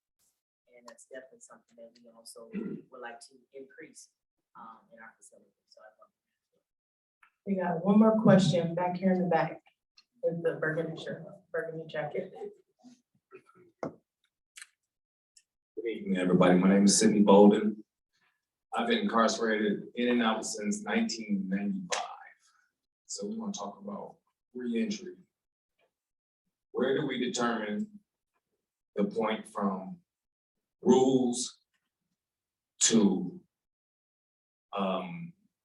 the point of rehabilitation, to the point to where we say, like the guy said, he felt scared and nervous making a left, make a left turn and may be wrong. You're just trying to make it home. You get 4 years, say you did 8 years federal time. You come home with another sentence for 4 more years of paper. Done your time, you're trying to rehabilitate. Or a person's coming back into the system, coming back to the world. That's the pressure on them. It's like, we're trying to do right, but then you say, you're trying to make it home, but you ain't supposed to be driving in Elkhart or another county. How do we determine what point of reentry to where a person can say, okay, this is the rules, or versus me trying to come back home and live a different life? It's at some point to where the rules or the probation, the extra time is making guys feel like they're walking on this line right here, and you bet not be human. Don't be human. You may go back for 7, 8 more years, and which is a whole nother sentence. I got an uncle that's still incarcerated right now. He's been on paper, he can't just get back in life because he don't have the resources. He just don't have the resources to do it. Been locked up 40 years. He's still in there now. We don't even know when he coming home. He's going underneath the old law, the parole law, where they hold you to where your whole 44 years up. So 4 more years he may be home. I don't know. So it's a point of how do we do that? They have reentry classes in prison, but they don't teach those skills of how you gonna handle your money. Do you even know about money, currency? Do you know about credit? Do you know when you come home, you got your driver's license? You don't need that. Better not get pulled over going to see your probation officer. How do we do that? You have a question, bro? I wasn't really gonna speak on say anything, but I might as well go ahead and say it. Reentry. And all of these rules and everything else that they have set for us is literally designed by people who never experienced any of these things. Oh, yeah. Right. You get sentenced to 10 years in federal prison, only to come home to maybe 4 more years of supervised release. This is another sentence, right? You actually got sentenced twice because now you are being meticulous. And the hardest thing, that's not the hardest thing. The hardest thing is not doing the time. The hardest thing is coming home and you having an evil probation officer or somebody who literally have a self problem with you that they really can't even rectify because in your eyes, you're criminal. So my thing is that, like, you know, I hear all of these things, even the county jail. What's the purpose of lockdown Wednesday? Like every other week, you're locked down inside of your cell. Can't call no lawyer, can't call your family. You're locked down for whatever reason. Because why? Because the guards got paid that day. It's like there's a lot of things that I hear all of these things, but what is actually being done? Like literally, like what's actually being done? You know, there's nothing that's actually being done. And re-entry is like literally sometimes it's designed by people who actually have no idea of what this actually feels like. You know, most people can't even do a day in jail. Imagine doing 10 years, you know, and then you losing everybody in your family and everything, you know, that you worked so hard for is being taken away. Yeah, you know, these things are kind of hard, and then you're expected to live up to a certain criteria when you're when you release from prison. It's actually kind of hard. The load becomes unbearable, and sometimes you actually do need these support systems. It seems like your family is the better support system than anything, because how can I take my advice from somebody who actually don't even know what it actually feel like because you got a degree in it? I mean, you know, I don't know. I mean, you know, that I'm just piggybacking off of certain things that I just heard, but it's kind of easier said than actually done. I appreciate Great that. question. Okay. It's a great question. I appreciate both of those, and I know for community corrections, one of the things that we thrive and strive ourselves on is that hiring people who were incarcerated. So a lot of my staff have been where you all have. So I just want to make sure that, you know, it's not just a misnomer that everyone who is employed, especially in community corrections, that they have not been incarcerated. We look for people, and when you talk about recovery coaches and people who have had substance abuse issues or people who have been incarcerated and are teaching the classes, that is available. You're absolutely right. There's a lot of times when people do their time, they should be done with doing their time, and we should give them an opportunity to be productive citizens. And this, I think, when we continue to have forums like these and you all continue to participate and educate, we can continue to get better. We definitely got a long way to go. We got a lot of things that we need to correct because people, I can't even imagine, because even when I drive, every time a police officer is behind me, a natural thing that I do is tighten up. So I can't even imagine for someone who has been, you know, incarcerated with that stigma. So we definitely have to change the stigma. We have to give people an opportunity for when they come home to give them better resources. And we need to do a better job even here in South Bend. In closing, it probably would be good to speak with some of these people that have spoken and get their ideas, get their numbers, and probably work with them on how to help people that are re-entering, because it's better coming from people that have re-entered than people that never have had to. I see the officer with his hand up. We gotta get to going, but. I'll get going. I don't need that. I can probably hear me. A lot of power, a lot of kindness and compassion in this room. You all are voters. You're all taxpayers. February 21st down at the State House, there's a legislative session on mental health. If you can register for it, I've that and said, get online and register for it, but it's at the State House and our legislators are gonna be down there and listening to the voices. And if you're not heard, you know how it goes, the loudest voice. So I'd If I suggest could you guys. piggyback on that real quick. Yeah. About House Bill 1359 that was authored by Maureen Bauer. It's in committee right now. Hopefully she'll be Governor Bauer one day. Because it says resources for committed offenders upon release that helps them get Medicaid eligible to get their prescriptions that they were being given while they were incarcerated. Also to help them get documentation through the BMV, which is the only instrument that is considered legal ID in Indiana. You can't use a prison ID. So House Bill 1359, Maureen Bauer is not your legislator. You need to call yours and tell them, get this to the floor and vote yes. Thank you for that. So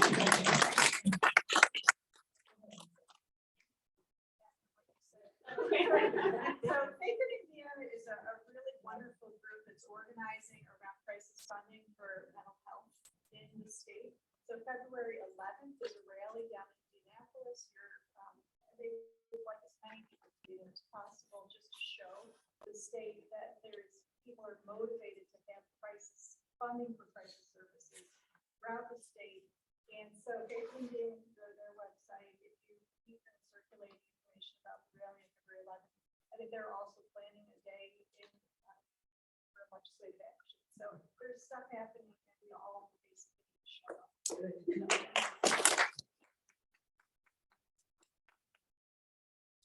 Alrighty, well, I would like to thank Sharon McBride, Sheriff Redman, Mary Amy, and Alejandro. I'd like to thank you guys for being here and sharing. It doesn't go unnoticed. We heard your voices. And prayerfully, something will be done. Panel started here. I will leave enough time for questions and then be mindful of time to take home to your families here this evening. My name is Janae Carlisle and I work with MHAM as their project coordinator for the Pro Bono Counseling Project. Good to be here. Our next panel is going to be talking about important legal initiatives in our community. And we have two final speakers, Kevin Murphy and Magistrate Judge Andre Gammage. Kevin Murphy is an attorney with significant experience in post-conviction cases. Murphy joined the Notre Dame Law School Exoneration Justice Clinic in June 2021. Prior to working at the clinic, Murphy worked for several years as a litigation associate in Chicago. Murphy maintained an active pro bono practice that focused on representing wrongful convicted individuals on death row, and criminal defendants. In 2017, Murphy was part of the team of attorneys that exonerated Patrick Roselli, a murder conviction for which he served 23 years in an Illinois prison. Murphy also helped secure post-conviction relief from death row for a client in Texas. Murphy also serves on several board of directors, including the nonprofit Gift of Water, which helps provide clean drinking water to families and communities in Haiti. Thank you for being here, Kevin. Magistrate Judge Andre Gammage began his legal career as the St. Joseph County Deputy Prosecuting Attorney and later entered private practice where he became a managing partner and tried cases in both state and federal courts. Gammage has served as magistrate judge in St. Joseph Circuit Court since 2013 and has presided over a variety of cases, including protective order court and veteran court. Magistrate Judge Gammage is an adjunct professor at the University of Notre Dame School of Law, faculty member at the National Judicial College of Juvenile and Family Court Judges, board member of the YMCA of Greater Michiana, member of the 100 Black Men of Greater South Bend, and moderator for the South Bend Youth Violence Initiative. In 2020, Magistrate Gammage orchestrated Fresh Start Friday, a collaborative effort amongst local agencies, including courts, the faith community, the University of Notre Dame, and the St. Joseph County Prosecutor's Office that expunged records for approximately 1,500 people. The Expungement Initiative was the first of its kind and allowed those who qualified to pursue a better quality of life. Thanks so much for being here, Kevin.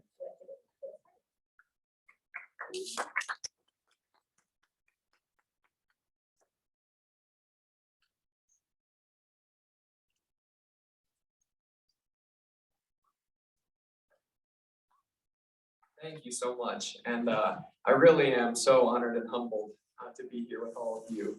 First, just want to say thanks to Mental Health Awareness of Michiana for hosting me. I'm a substitute for Professor Jimmy Gurule, who is really a tireless advocate for justice and fairness and reentry goals here in our community.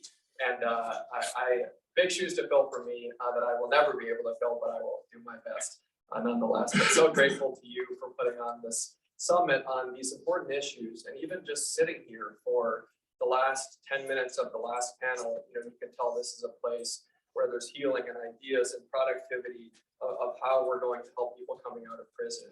And I'm going to talk a little bit about our exoneration work and some of our exonerated clients that have been released from prison. But I just want to say, up front that I know that the challenges with reentry are not unique to exonerees, and that they're challenges for everyone that run across the board. And so it's really our moral obligation to help people coming out of prison. And I don't think conversations like this would have been happening 10 years ago. And so I'm so happy to be a part of one today. So my plan for the next 20 minutes is to talk a little bit about the work that we're doing at the Exoneration Justice Clinic at Notre Dame, what we are and what we do. And a big part of that work is reentry work, what we call kind of at the tail end of the back end of our case, when things go well, or sometimes, when our clients serve their full sentences and are released from prison. There are many challenges that all people reiterate face, and also challenges that are unique, I think, to some degree at least, for exonerees. And so I'm going to talk a little bit about our approaches for how we deal with some of these challenges and how we try to help our clients. But really, we're new in the community. We've only been around for 2 or 3 years at this point. And so I'm here to learn too, and I hope that you guys have some questions or ideas for us, and if there are organizations or representatives of organizations here in the crowd, that we might be able to partner together, and I welcome those ideas. So I'll start with a little background. We are the Notre Dame Exoneration Justice Clinic is a clinic at the law school, and essentially what that means is we operate sort of as a law firm, but with students working on our cases. And the type of cases that we work on are wrongful conviction cases. And those are cases that we represent our clients, principally in Indiana, here in Indiana, on a pro bono basis. So we're providing free legal services to wrongfully convicted individuals. Some of you in this room probably are familiar with the problem of wrongful convictions in this country. I'll just give a brief overview of it. Since 1989, there have been over 3,300 exonerations in this country. These people served a combined over 28,000 years in prison for crimes that they did not commit. 28,000. That's just since 1989, when these numbers started being compiled aggregated on a complete basis. Shockingly, 190 of these people who were exonerated off of death row. They have been given the most severe and undoable sentence that our society can impose on someone, and they have been proven later to be innocent. We really can't talk about the problem of wrongful convictions in this country without acknowledging the racial dimension to it. And I'd encourage everyone, if you're interested in this, to look at a 2022 report by the Exoneration Registry at the University of Michigan. But a couple numbers that jumped out to me are that Black people are more than 7.5 times more likely to be wrongfully convicted of murder in this country than white people, and more than 19 times more likely to be wrongfully convicted of drug charges. So really staggering racial disparities. So it's a huge part of the problem of wrongful convictions. Here in Indiana, there have been 44 people exonerated of crimes they did not commit, which is slightly under our pro rata share of the population. But I believe that number of exonerations significantly underestimates the number of actually innocent people in prison in Indiana for crimes they did not commit, or people that have served their full sentence for crimes that they did not commit. And so that's something that we're working on at the clinic. I find these numbers, and I mentioned the numbers, I find them staggering, but that's not, I hesitate sometimes to bring them up because it's the nature of the problem is a personal and a human problem. And when you talk numbers, sometimes you forget that behind each of those, 3,300 plus people is an individual, whose freedom has been ripped from them, whose life has been turned upside down. And not just that, but their families have had, their fathers, their mothers, their children, their brothers or sisters have been deprived of their loved one, sometimes for a very, very long time. And it doesn't even end there. What happens with wrongful convictions impacts our whole community. It impacts all of us. The trust that we have in our justice system, and our ability to have confidence that the justice system is reaching fair results. So it's not, the numbers are just part of the story. So our clinic is working to address this problem, principally here in Indiana.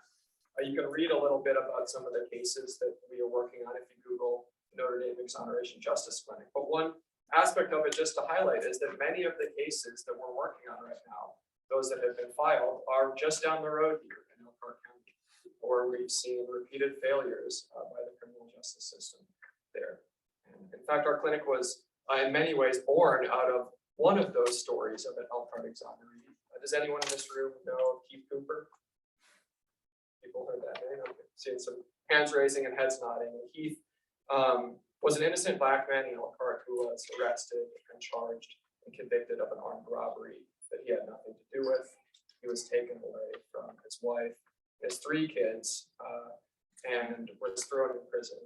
And his children and his family ended up homeless because they had no money and he couldn't support them from behind bars. He served roughly 10 years in prison for a crime he didn't commit, and then was let out, but was still had the tag of a murder convict for another decade until Governor Holcomb in 2017 gave him Indiana's first actual innocence pardon. And I tell Keith's story, and if Keith were here, you'd all be crying and would be, changed, because he tells it so much better than anyone else. It's his experience. And Keith came and told it to the University of Notre Dame, to its law students, and that, led to a volunteer group who wanted to work on cases like Keith's. And then it led to an externship where they were getting credit for it, and ultimately led to the creation of a clinic under the direction of Professor Jimmy Gurule, who's really been the driving force behind this at Notre Dame. And so that's, kind of the genesis of our clinic. It's a case right here, really in our backyard. So it's not as if these wrongful convictions are some far off problem. They're right here in our community. As a clinic, we get hundreds of letters all the time from Indiana clients beyond Indiana, prospective clients rather, writing to us asking for representation. We thoroughly evaluate their claims, and ultimately, we only take cases where there are claims of actual innocence. It's not just some procedural irregularity in the case, it's a case of actual innocence. Due to resource limitations, we have to be very selective, and we cannot take nearly as many cases as we otherwise might take. After we've taken a case, we investigate it thoroughly, top to bottom, really try to turn the case inside out and see what we can find new, and sometimes do, the investigation that should have been done years and years ago in cases where there may have been tunnel vision on behalf of the law enforcement. Our clinic had its first exoneration in 2021. It was the case of Andrew Royer, another Elkhart man, who was mentally disabled, and he had been tricked into confessing to a crime that he had nothing to do with. In addition to that, a fingerprint that was found at the crime scene had been identified by a supposed expert to his co-defendant. And it took years and years to uncover that it was actually the fingerprint of a home care health worker for the victim. It was the examiner had the wrong person, the wrong hand, and the wrong finger. All of those were wrong. Nevertheless, when this came out, even though that evidence had been used to convict Andy, it took another 7+ years to get Andy out of prison. He still languished behind bars. But that brought us ultimately to a day in 2020 when his conviction was vacated and he walked out of prison a free man. And that I think is what takes us to what we're talking about here today, and reentry, and all of the challenges that someone that's walking out of prison, especially someone like Andy with a disability and who's been in prison a long time, all of the challenges that face people coming out of prison. It is our firm belief at the Notre Dame Exoneration Justice Clinic that our obligation to our clients does not end in the courtroom, and that we do not represent people and then send them on their way, but we do everything that we can for our clients to help them land on their feet and thrive and build happy and meaningful lives lives and reunite with their families and all of those things that everyone coming out of prison cares about. There's so many needs that all people coming out of prison have, right? Housing, employment, mental health, physical health, transportation, things like getting a driver's license. You know, I've learned from my clients, even something that you'd think, or I previously thought when I wasn't that familiar with this problem, I thought how could it be hard? But it is. You know, things like that, you know, it can take a lawsuit to get your license reinstated. Of course, financial assistance, there might be, you know, substance abuse challenges, finding your family, and even, you know, getting started on that day 1, day 2, day 3 immediate needs, you know, food, housing, furniture, a bed, sheets, things like that, you know, all of these things that I in my life had taken for granted. You know, there's just such a long list of things that people need coming out. And then there are also, you know, a list of things that, at least to some extent, are specific to exonerees, or that they might feel in a particularly significant way. And just, you know, to name a couple of them, there's often a lot of resentment and anger at the system that put them in there wrongfully for something that they didn't do. How could you, when I think about being in their shoes, how could you not be angry and livid? And some of my clients come out with so much grace and so much forgiveness, and I don't know how they do it. There's a line by one of my friends, an exoneree in Michigan, who says, you know, being an exoneree, you're a professional forgiver. You're always asked, you know, to forgive those who did this to you. And it's just, you know, what a difficult place to be in. What a difficult thing to be asked to do, to forgive those who put you in prison for something that you didn't do. A fear of it happening again, fear of them coming and taking you away again without any basis, you know, is a very real fear. And another thing, you know, in our experience, exonerees often, you know, and I think this goes for anyone coming out of prison, like you need a community of people who have gone through the same thing that you have gone through, right? And who know what it's like behind bars, and in the case of exonerees, who know what it's like to be behind bars for something that you had nothing to do with. And so building that community and connecting exonerees with other exonerees who have shared that experience. I mean, that's a huge part, I think, of leaving prison in general, is having a community of people that support you. And for our clients, that's been very important. So there's kind of like a couple realities of the situation for us from my standpoint at the clinic. One is that there's all these needs that our clients have, right, that really run the gamut in terms of you know, mental health, physical health, education, work. And then on the other hand, the other reality is that we're lawyers and we are not experts in doing law, right? Like, I am not as trained in social work. I'm not a remotely good social worker. I'm not a therapist. I'm not a doctor. There are things that are so far beyond my abilities to do well. And what we want to do for our clients is offer a sort of holistic program for reintegration that can meet all of their needs. And the reality is that almost all of those needs are ones that I can't provide. And so what we've kind of adopted is a hybrid system where there are things that we can do directly for our clients. And, you know, just to give a couple examples of those, we had a client who was released last year after serving her full sentence, and we're still working on getting her exonerated. There's some stories and stuff been attributed about her. Her name is Iris Seabold. She's a wonderful and very innocent woman who spent decades in prison for a crime that she didn't do. Our students from Notre Dame are the most wonderful students, and a team of them helped move her into an apartment, helped get her furniture and get that moved into the apartment, helped her get her hands on groceries. I mean, it was really wonderful, and it was some of those, you know, day one necessities that she needed. They worked with her to find a landlord who would rent to her, even though she was a convicted murderer, which that, you know, is not an easy thing to do anywhere. But thankfully, we found a wonderful landlord here in town. So those are some of the things we can do directly. And on top of that, you know, there's so much that can be done.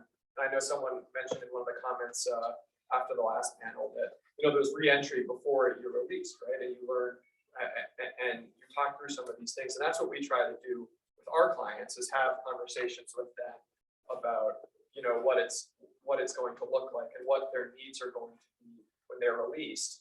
And basically, we send a really comprehensive questionnaire and then talk through it with them in detail to find out, what are both your short-term, those day one needs, and what are your medium-term needs, and then what in the long term, are your goals, and what are your dreams, and what is it you want to accomplish? And then we try to put in place, to the extent possible, a plan for how they're going to meet those goals. And an important part of all of that too is acknowledging that, and this can be tough for lawyers because you're used to controlling, or I'm used to, controlling the litigation side of things, right? And sometimes you have clients that are released and you just your instinct is to control and want to be calling the shots for them. But it's their life, and there are decisions that you might make differently, but it's their life and their decisions. And so sometimes, you gotta remind yourself, and this is something that I learned from my first exonerated client when I did it horribly. You always learn your best lessons, I think, the hard way. But it's your client's life and their decisions, and so that's something that's part of how we operate as well. But ultimately, our goal is to build a package and a plan for our clients that's in place even before they're released. From the point that we anticipate or believe that they're going to be released. We don't want to years in advance build this big reintegration plan that might create all of this false hope, when the reality of the post-conviction system is it takes years and years and years. The wheels of justice grind very slowly. But once we anticipate that they're going to be released soon, we built that plan, we put it in place. And then we forge partnerships with people who are better equipped than us to address the needs of our clients that are specific, that need, really experts to be addressing. And so I'll, just mention a couple examples of those. We have a partnership with Catholic Charities who did wonderful work with our client Iris in helping her reintegrate upon her release. We have a partnership with the IU South Bend Navarre Student Outreach Medical Clinic, who has similarly agreed to help our clients. We have a partnership with Mental Health Awareness of Michiana that we've just been working on, and they're already starting to help our clients. And we have an informal partnership as well with Indiana Legal Services, who are helping us with, we do exoneration work. I wish I were an expert in some other things like driver's license reinstatement or things, like child support issues or expungement issues that Judge Gammage is going to talk about, of maybe prior convictions that are still lingering and challenges, but that's not our area of expertise. And Indiana Legal Services does wonderful work in that area. So in short, we're trying to develop partnerships in this community to help our clients thrive and achieve their goals. And so if you work with an organization that might, be open to partnering with us, I'm all ears, and we would love to hear from you. On that note, I'll turn it over to Judge Gammage, but I'm happy to answer any questions at the end.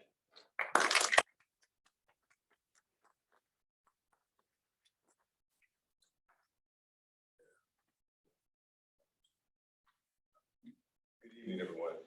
My name is Gammage. I'm here to talk to you today about the expungement process. Before we get into that, I want to tell you a little bit of background so that you have an understanding of how we got here, what we're trying to do, the significance of it. I was born here in South Bend and was in private practice for about 30 years. During that time, I did almost exclusively criminal defense work in both state and federal court, mostly in St. Joseph County, where we do have a federal court, and Marshall County, and also Elkhart County. That work in criminal defense involved me going to court every day for 30 years, from 7:30 in the morning till at least noon, every day for all those years. One of the experiences that I had was the opportunity to be able to help people who made mistakes, who made bad choices, get a second chance. Sometimes representing people really the resolution wasn't necessarily a person went free. Maybe the resolution had to do with me arguing for the sentence to be more commensurate with the crime they committed. And during the course of that time, you get to know people. when I say that, the meetings that I had with clients, which was generally the second half of the day, was me sitting in my office, talking about not only what happened in their case, but oftentimes it involved conversations with mom, dad, grandparents, parents, girlfriends, wives, what have you. You get to know that a person having committed a crime doesn't make them criminal. They made a bad choice. I knew that also because having grown up here in certain neighborhoods, the neighborhood I lived in, there was a greater opportunity to make bad choices. And many people that I knew made some of those choices and ended up incarcerated. And I represented the community. And I knew the kind of person that each of them were. For the most part, they were good people. And during the course of representing them and understanding who they were and how they got to make those choices, much of the difference between me and them was my mom and dad being at home. The environment I lived in, I grew up in, hardworking dad, working 2 or 3 jobs, going to church on Sundays, going to Sunday school and all those good things. And people, mom and dad are both pouring into me everything positive, telling me that I could be whatever I wanted to be, making sacrifices that I believe parents should make for their children, setting about a path for me to be the first person in my family to go to college, and also making those kind of sacrifices for my 2 sisters to go to college and graduate. That was the difference between me and people who commit crimes. There was, I can count on one hand the number of people who came from an intact family, mom's at home, doing everything she's supposed to do, dad's at home, environment's good, and they decide around themselves like that didn't happen. So essentially, but for the grace of God, go out. And that was reiterated to me through my efforts in criminal defense. When I took the bench, I knew that going in, the part of my job was to be able to bring something different, with a different perspective. That's just what it was. My perspective, my life had been different. My view of people and how I view our judicial system, which I have great reverence for, but the view is a bit different. And one of the things that I came to find was that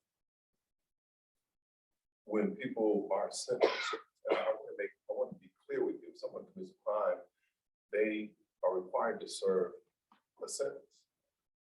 And in serving that sentence, that's a sentence that we had heard someone in the session before talking about some legislation that is being considered.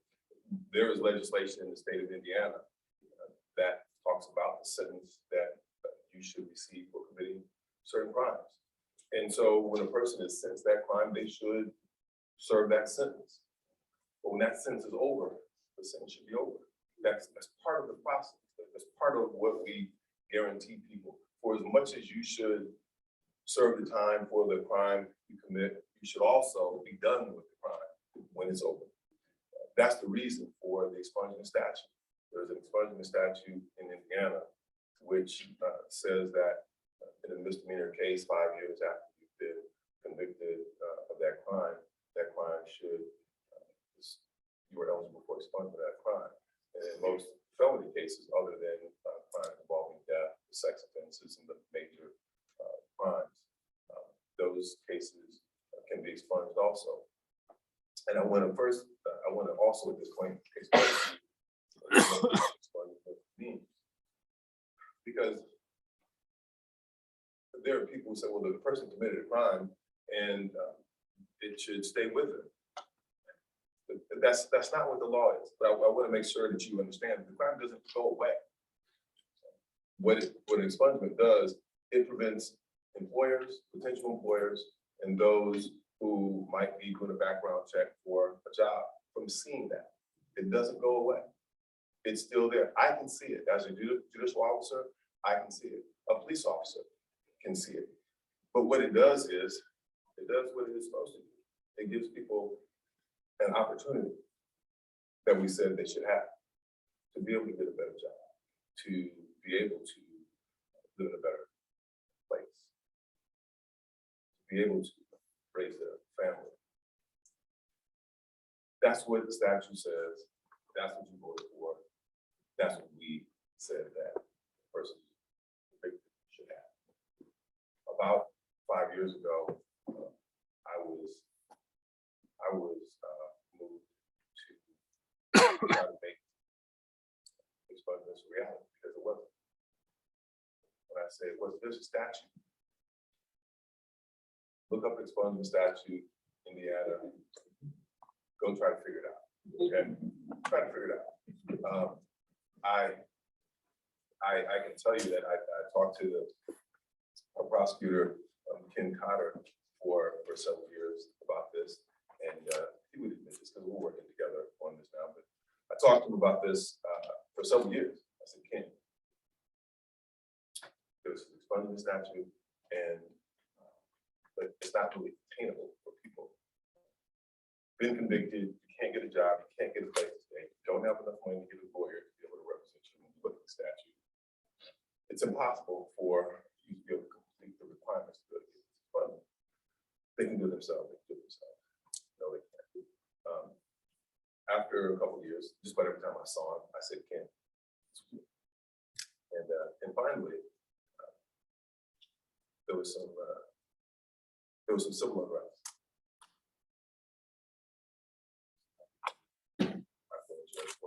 Kind of lost track. But he said, what can I do? I said, you can do what I asked. And he looked at the statute. He said, oh my God, I can't do it. Exactly. So I can tell that story about him, and it's not a negative one, because he, like most of us, asked me to do something that hadn't been done. And many times when you ask someone to do something that has been in a position, whether it's in the private sector or public sector, that hasn't been done before, you can't do that. Or like it will, we just don't do that. Hasn't been done before. Oftentimes people don't look to see why it can't be done. They just say we haven't done that. And doing something that hasn't been done before is difficult. So is not having a record, so it's not having a place to stay and not being a big job. That's pretty hard too. So I pulled together, got Ken Carter on board, faith community on board. Bishop Erskine Jones at the Sweet Home Church became our volunteer coordinator. University of Notre Dame law students got involved. Staff at the prosecutor's office became involved. Law firms like Barnes and Thornburg became involved, and each one of them played a role. St. James County Clerk's office got involved. I name these people because without any one of them, it wouldn't work. Without any one of them, it wouldn't work. So all those people had to get on board. All those people who had never been on board for anything before had to be brought together, because the petition, the information had to be gathered, it had to be filed, the prosecutor's office had to agree to it, the background checks had to be done to make sure they qualified for it. Judges had to sign. It was a massive undertaking to be able to get all the pieces, to make all the pieces come together for the expungement work. However, when we look at the impact on the lives of people, there was something that we done. So in 2020, gathering people, and I think we maybe put it all together in about 6 months. Put everything together in about 6 months. Advertised, we met at my church. Pastor Ray Owens is in the auditorium here today. That's why I'm using very good language today. Very good. So we met at the church, and we talked about all this that was going to come together, and said the prosecutor's there, everybody's on board. Set up the church at Sweet Home Church, the baseball stadium at Taylor and Western Avenue. It was beautiful. When I say it was beautiful, it was in cold, all right? It was in cold. So we had the glass shields set up. We had the spacing correct. We had the church set up. X's, you sit here, you sit here, you sit here. We had masks. We had hand sanitizer. We had people in the front, people in the back. And we hoped that 50 to 75 people. Wow, 1 o'clock, Bishop called me and said, hey, because it was supposed to be 4 to 8. And I have to confession to make, Pastor, you have to look this, because 4 to 8 o'clock Friday, I'm going to have a drink. Okay, worked all day. That didn't. So people started showing up at 1 o'clock, and the line got longer and longer and longer through the parking lot. I know there was 300-400 people in line, and all that we had set up literally went out the window. When I say went out the window, we moved. God was with us because the weather was good. We had to move everything outside to the sidewalk, and we did what we were supposed to do on the sidewalk in front of the church until 11:30 that first night. We hadn't made a combination of food or anything. We had no accommodations for that. But one of the things that we said was, look, no one's going home. I mean, no one was leaving, so we couldn't close up shop. I mean, if they're going to stand there, then we got to be there. But what it also told us is the need. I mean, you would have thought we were handing out $500 bills. I mean, no one left. People stood in line for 3, 4, 5 hours, and because this is what they needed. And there were people. There was a lady that came from Florida, and she was at a church in Florida. So yeah, I heard about it. I saw on Facebook, and that was it. Because it wasn't a sign up. It wasn't. I came from Florida because I had the opportunity. I mean, I wouldn't drive or fly 2,000 miles to show up at a place, just because I saw some on Facebook. So, but anyway, but she did, and she got her record expunged. But that day in particular was a testimony of the needs that we have in our community. We called it Fresh Start Friday. Judge Hostetler, who's now retired, he's a member of this community. He was instrumental. He came up with the name of Fresh Start Friday. We do it on Friday. It was 4 consecutive Fridays that we did it, and we called it Fresh Start because it gave people what they deserve, which is a fresh start. The next Friday, we had cooperation from the Southern School Corporation. They gave us the gym because that's what we needed. They gave us the gym at Brown School, and even more people showed up. The line was even longer. You couldn't even see the end of the line. We were there. I saw a lady there. I went to put the sign there so that people know where it was. And I went there to put the sign at 11, but it started at 4. And the lady there said, hey, I got there late last night, and she started handing out another box. Chair, and she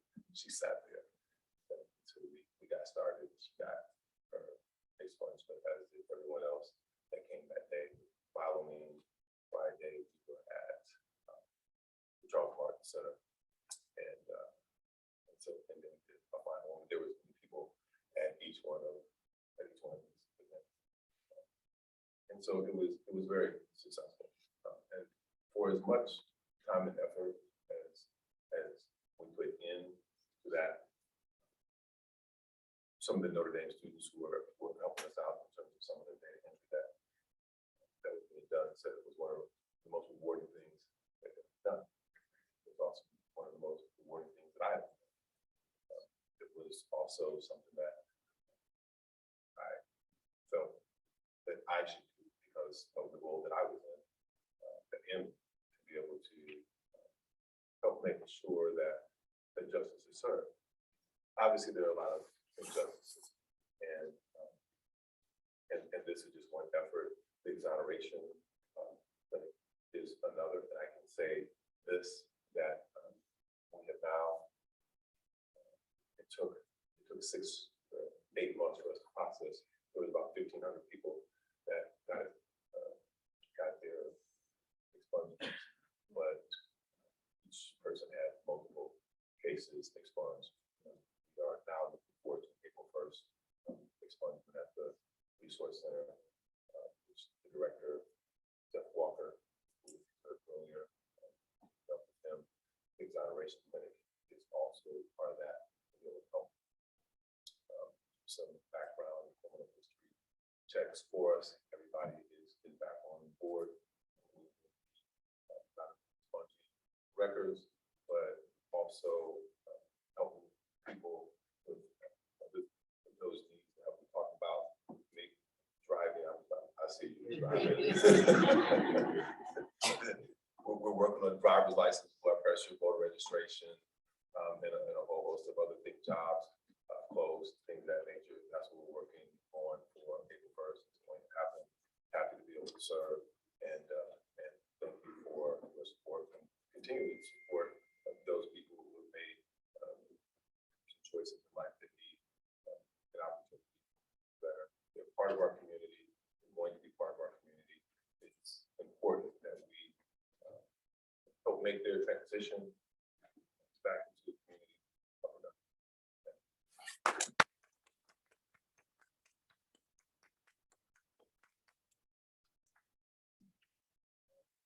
We just have a few minutes for some questions. If there are.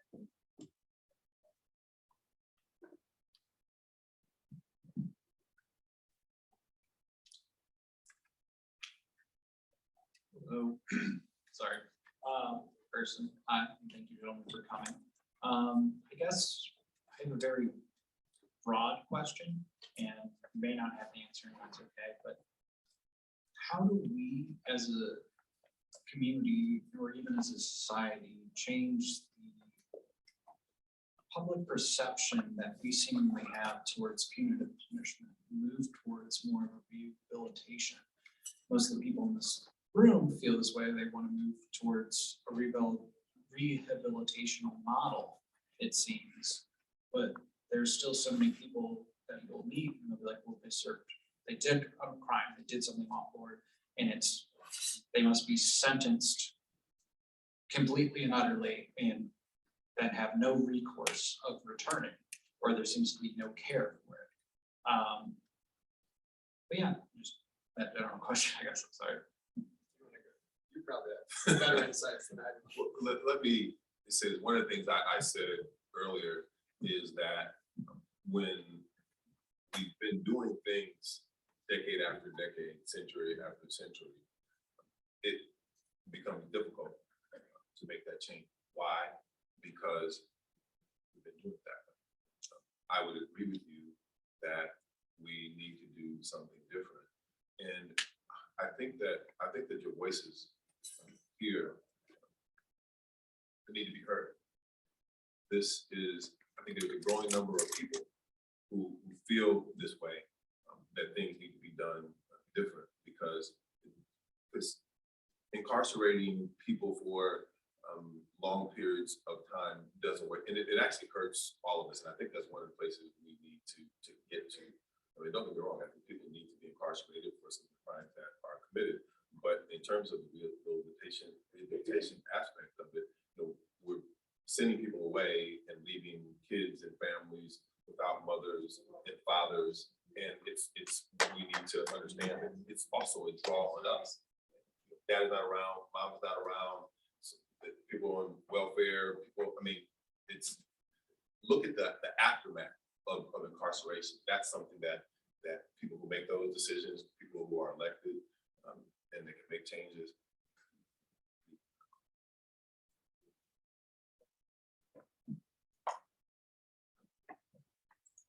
Trey's making his way around. Thanks, Trey. If I have my record expunged and when an employer is pulling up my background, it doesn't show up. What if they ask me if I've ever been convicted of a crime? I'm still obligated to tell them? No, because the statute actually punishes someone for using that against you. So you don't have to say yes. They don't have access to information. And I will say that the draft of the legislation is I think is actually a misdemeanor for them to use that against you. So I can actually say no. yes.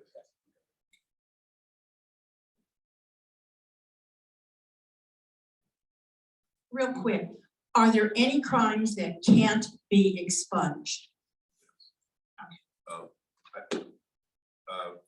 Crimes, I would say generally crimes involving the death of a person, serious bodily injury, rape, sex offenses, many of those higher crimes that involve crimes against people are not expunged.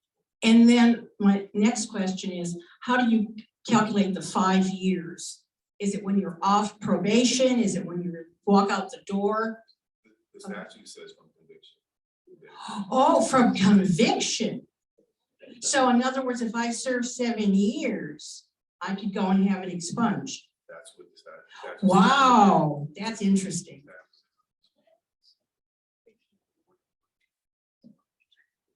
Oh, we have time for 2 more questions. Judge Gammage, first I want to thank you for what you did for the city, because you gave a whole lot of people a rebirth in life.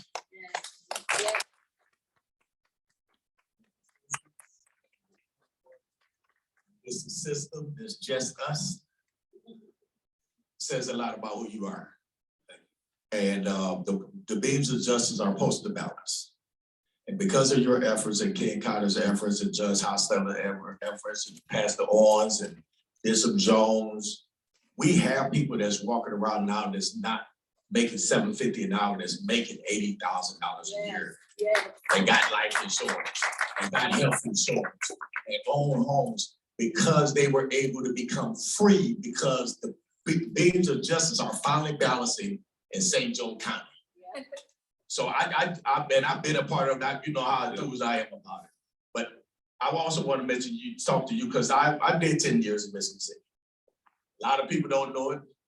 I've been home. I've been able to change my life, but I've seen a whole lot of people who were incarcerated that did not commit the crime in this justice system and was treated poorly, and everything the judge came and said that happened. When they came home, their families were affected, all this stuff, and they had no support. We talked about re-entry, we talked about expungements, we talked about exonerations and all this stuff. What about pre-re-entry? What are we going to do to keep them from getting in prison?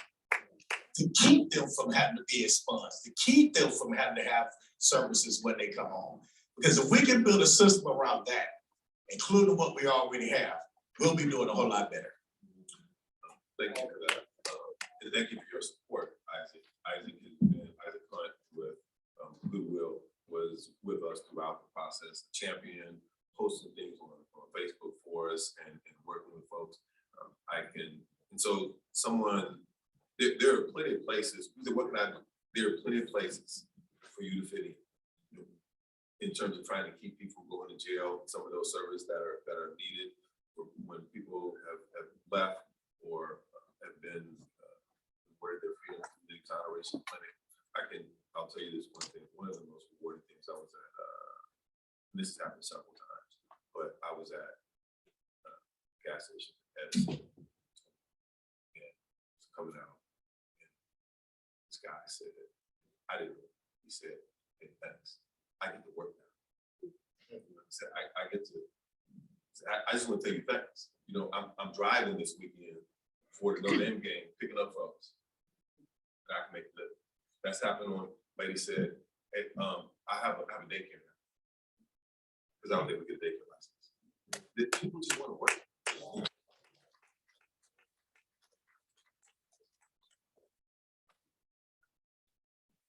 My question is, if a person, how many times on an expungement, is it just per case? Or if they have several cases, criminal cases, how many times can you be expunged for that?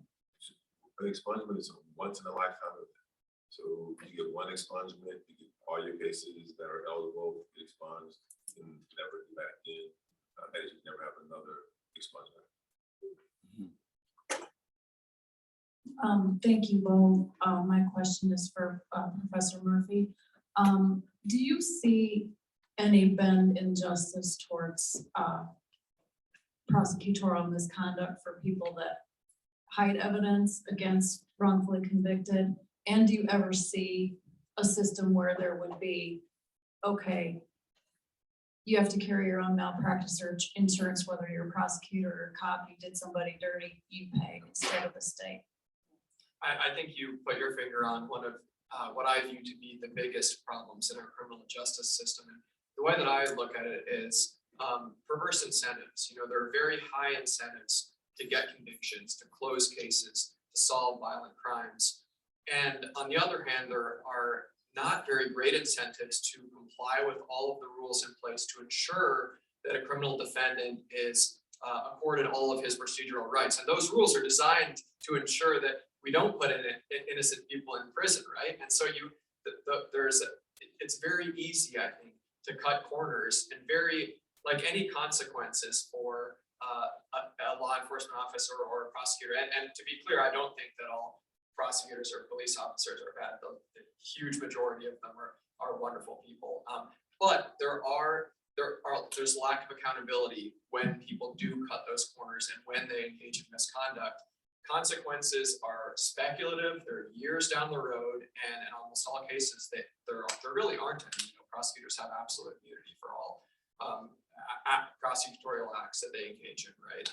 And police officers, for the most part, have qualified immunity that shields them in all cases except the most egregious cases of misconduct. And so I do think, for instance, rolling back qualified immunity would be a good reform, or more, and Indiana's made some steps on this, but more accountability for police officers and prosecutors that have engaged in this type of misconduct before, so that so that it's known and it comes out into the light rather than being something that's just kind of happens in the dark or that happened in the past.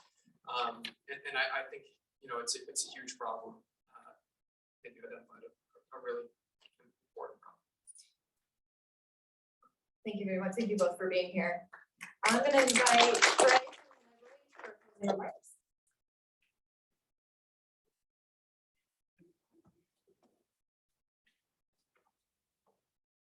Hi, everyone. My name is Trey Goodhue, and I'm the Adult Programming Specialist for the St. Joe County Public Library System. And on behalf of your library system and the Reentry Summit Planning Committee, I want to thank all of you for attending today's summit. I would like to start by asking everyone to join me in a round of applause for all of our wonderful panelists and moderators who joined us for tonight's summit.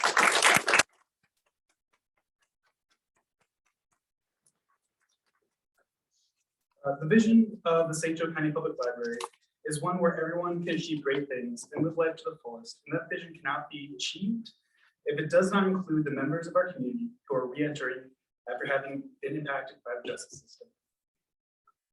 The library is dedicated to providing connections to learning, resources, culture, and each other to our diverse community, no matter their economic, legal, or social circumstance. It has been my distinct privilege. I get nervous after public speaking after COVID. Does anyone else? I said, take a breath. Give me a second. I do all that running around. Give me a break. It has been my distinct privilege to have been able to work alongside the talented and dedicated individuals who made today's event possible. Please join me in thanking Janae Carlisle, Jeff Walker, and Tanisha Jacobs.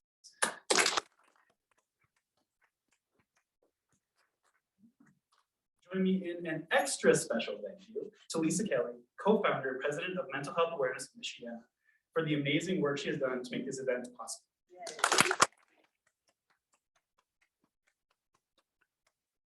Finally, and this is the one part Lisa told me I could not forget to mention, please do not forget to flip your program over to scan the QR code and provide and leave some feedback for today's event. A winner will be randomly selected for those who complete the survey to win a grocery gift card. Again, thank you all for coming, and please have a safe and warm night.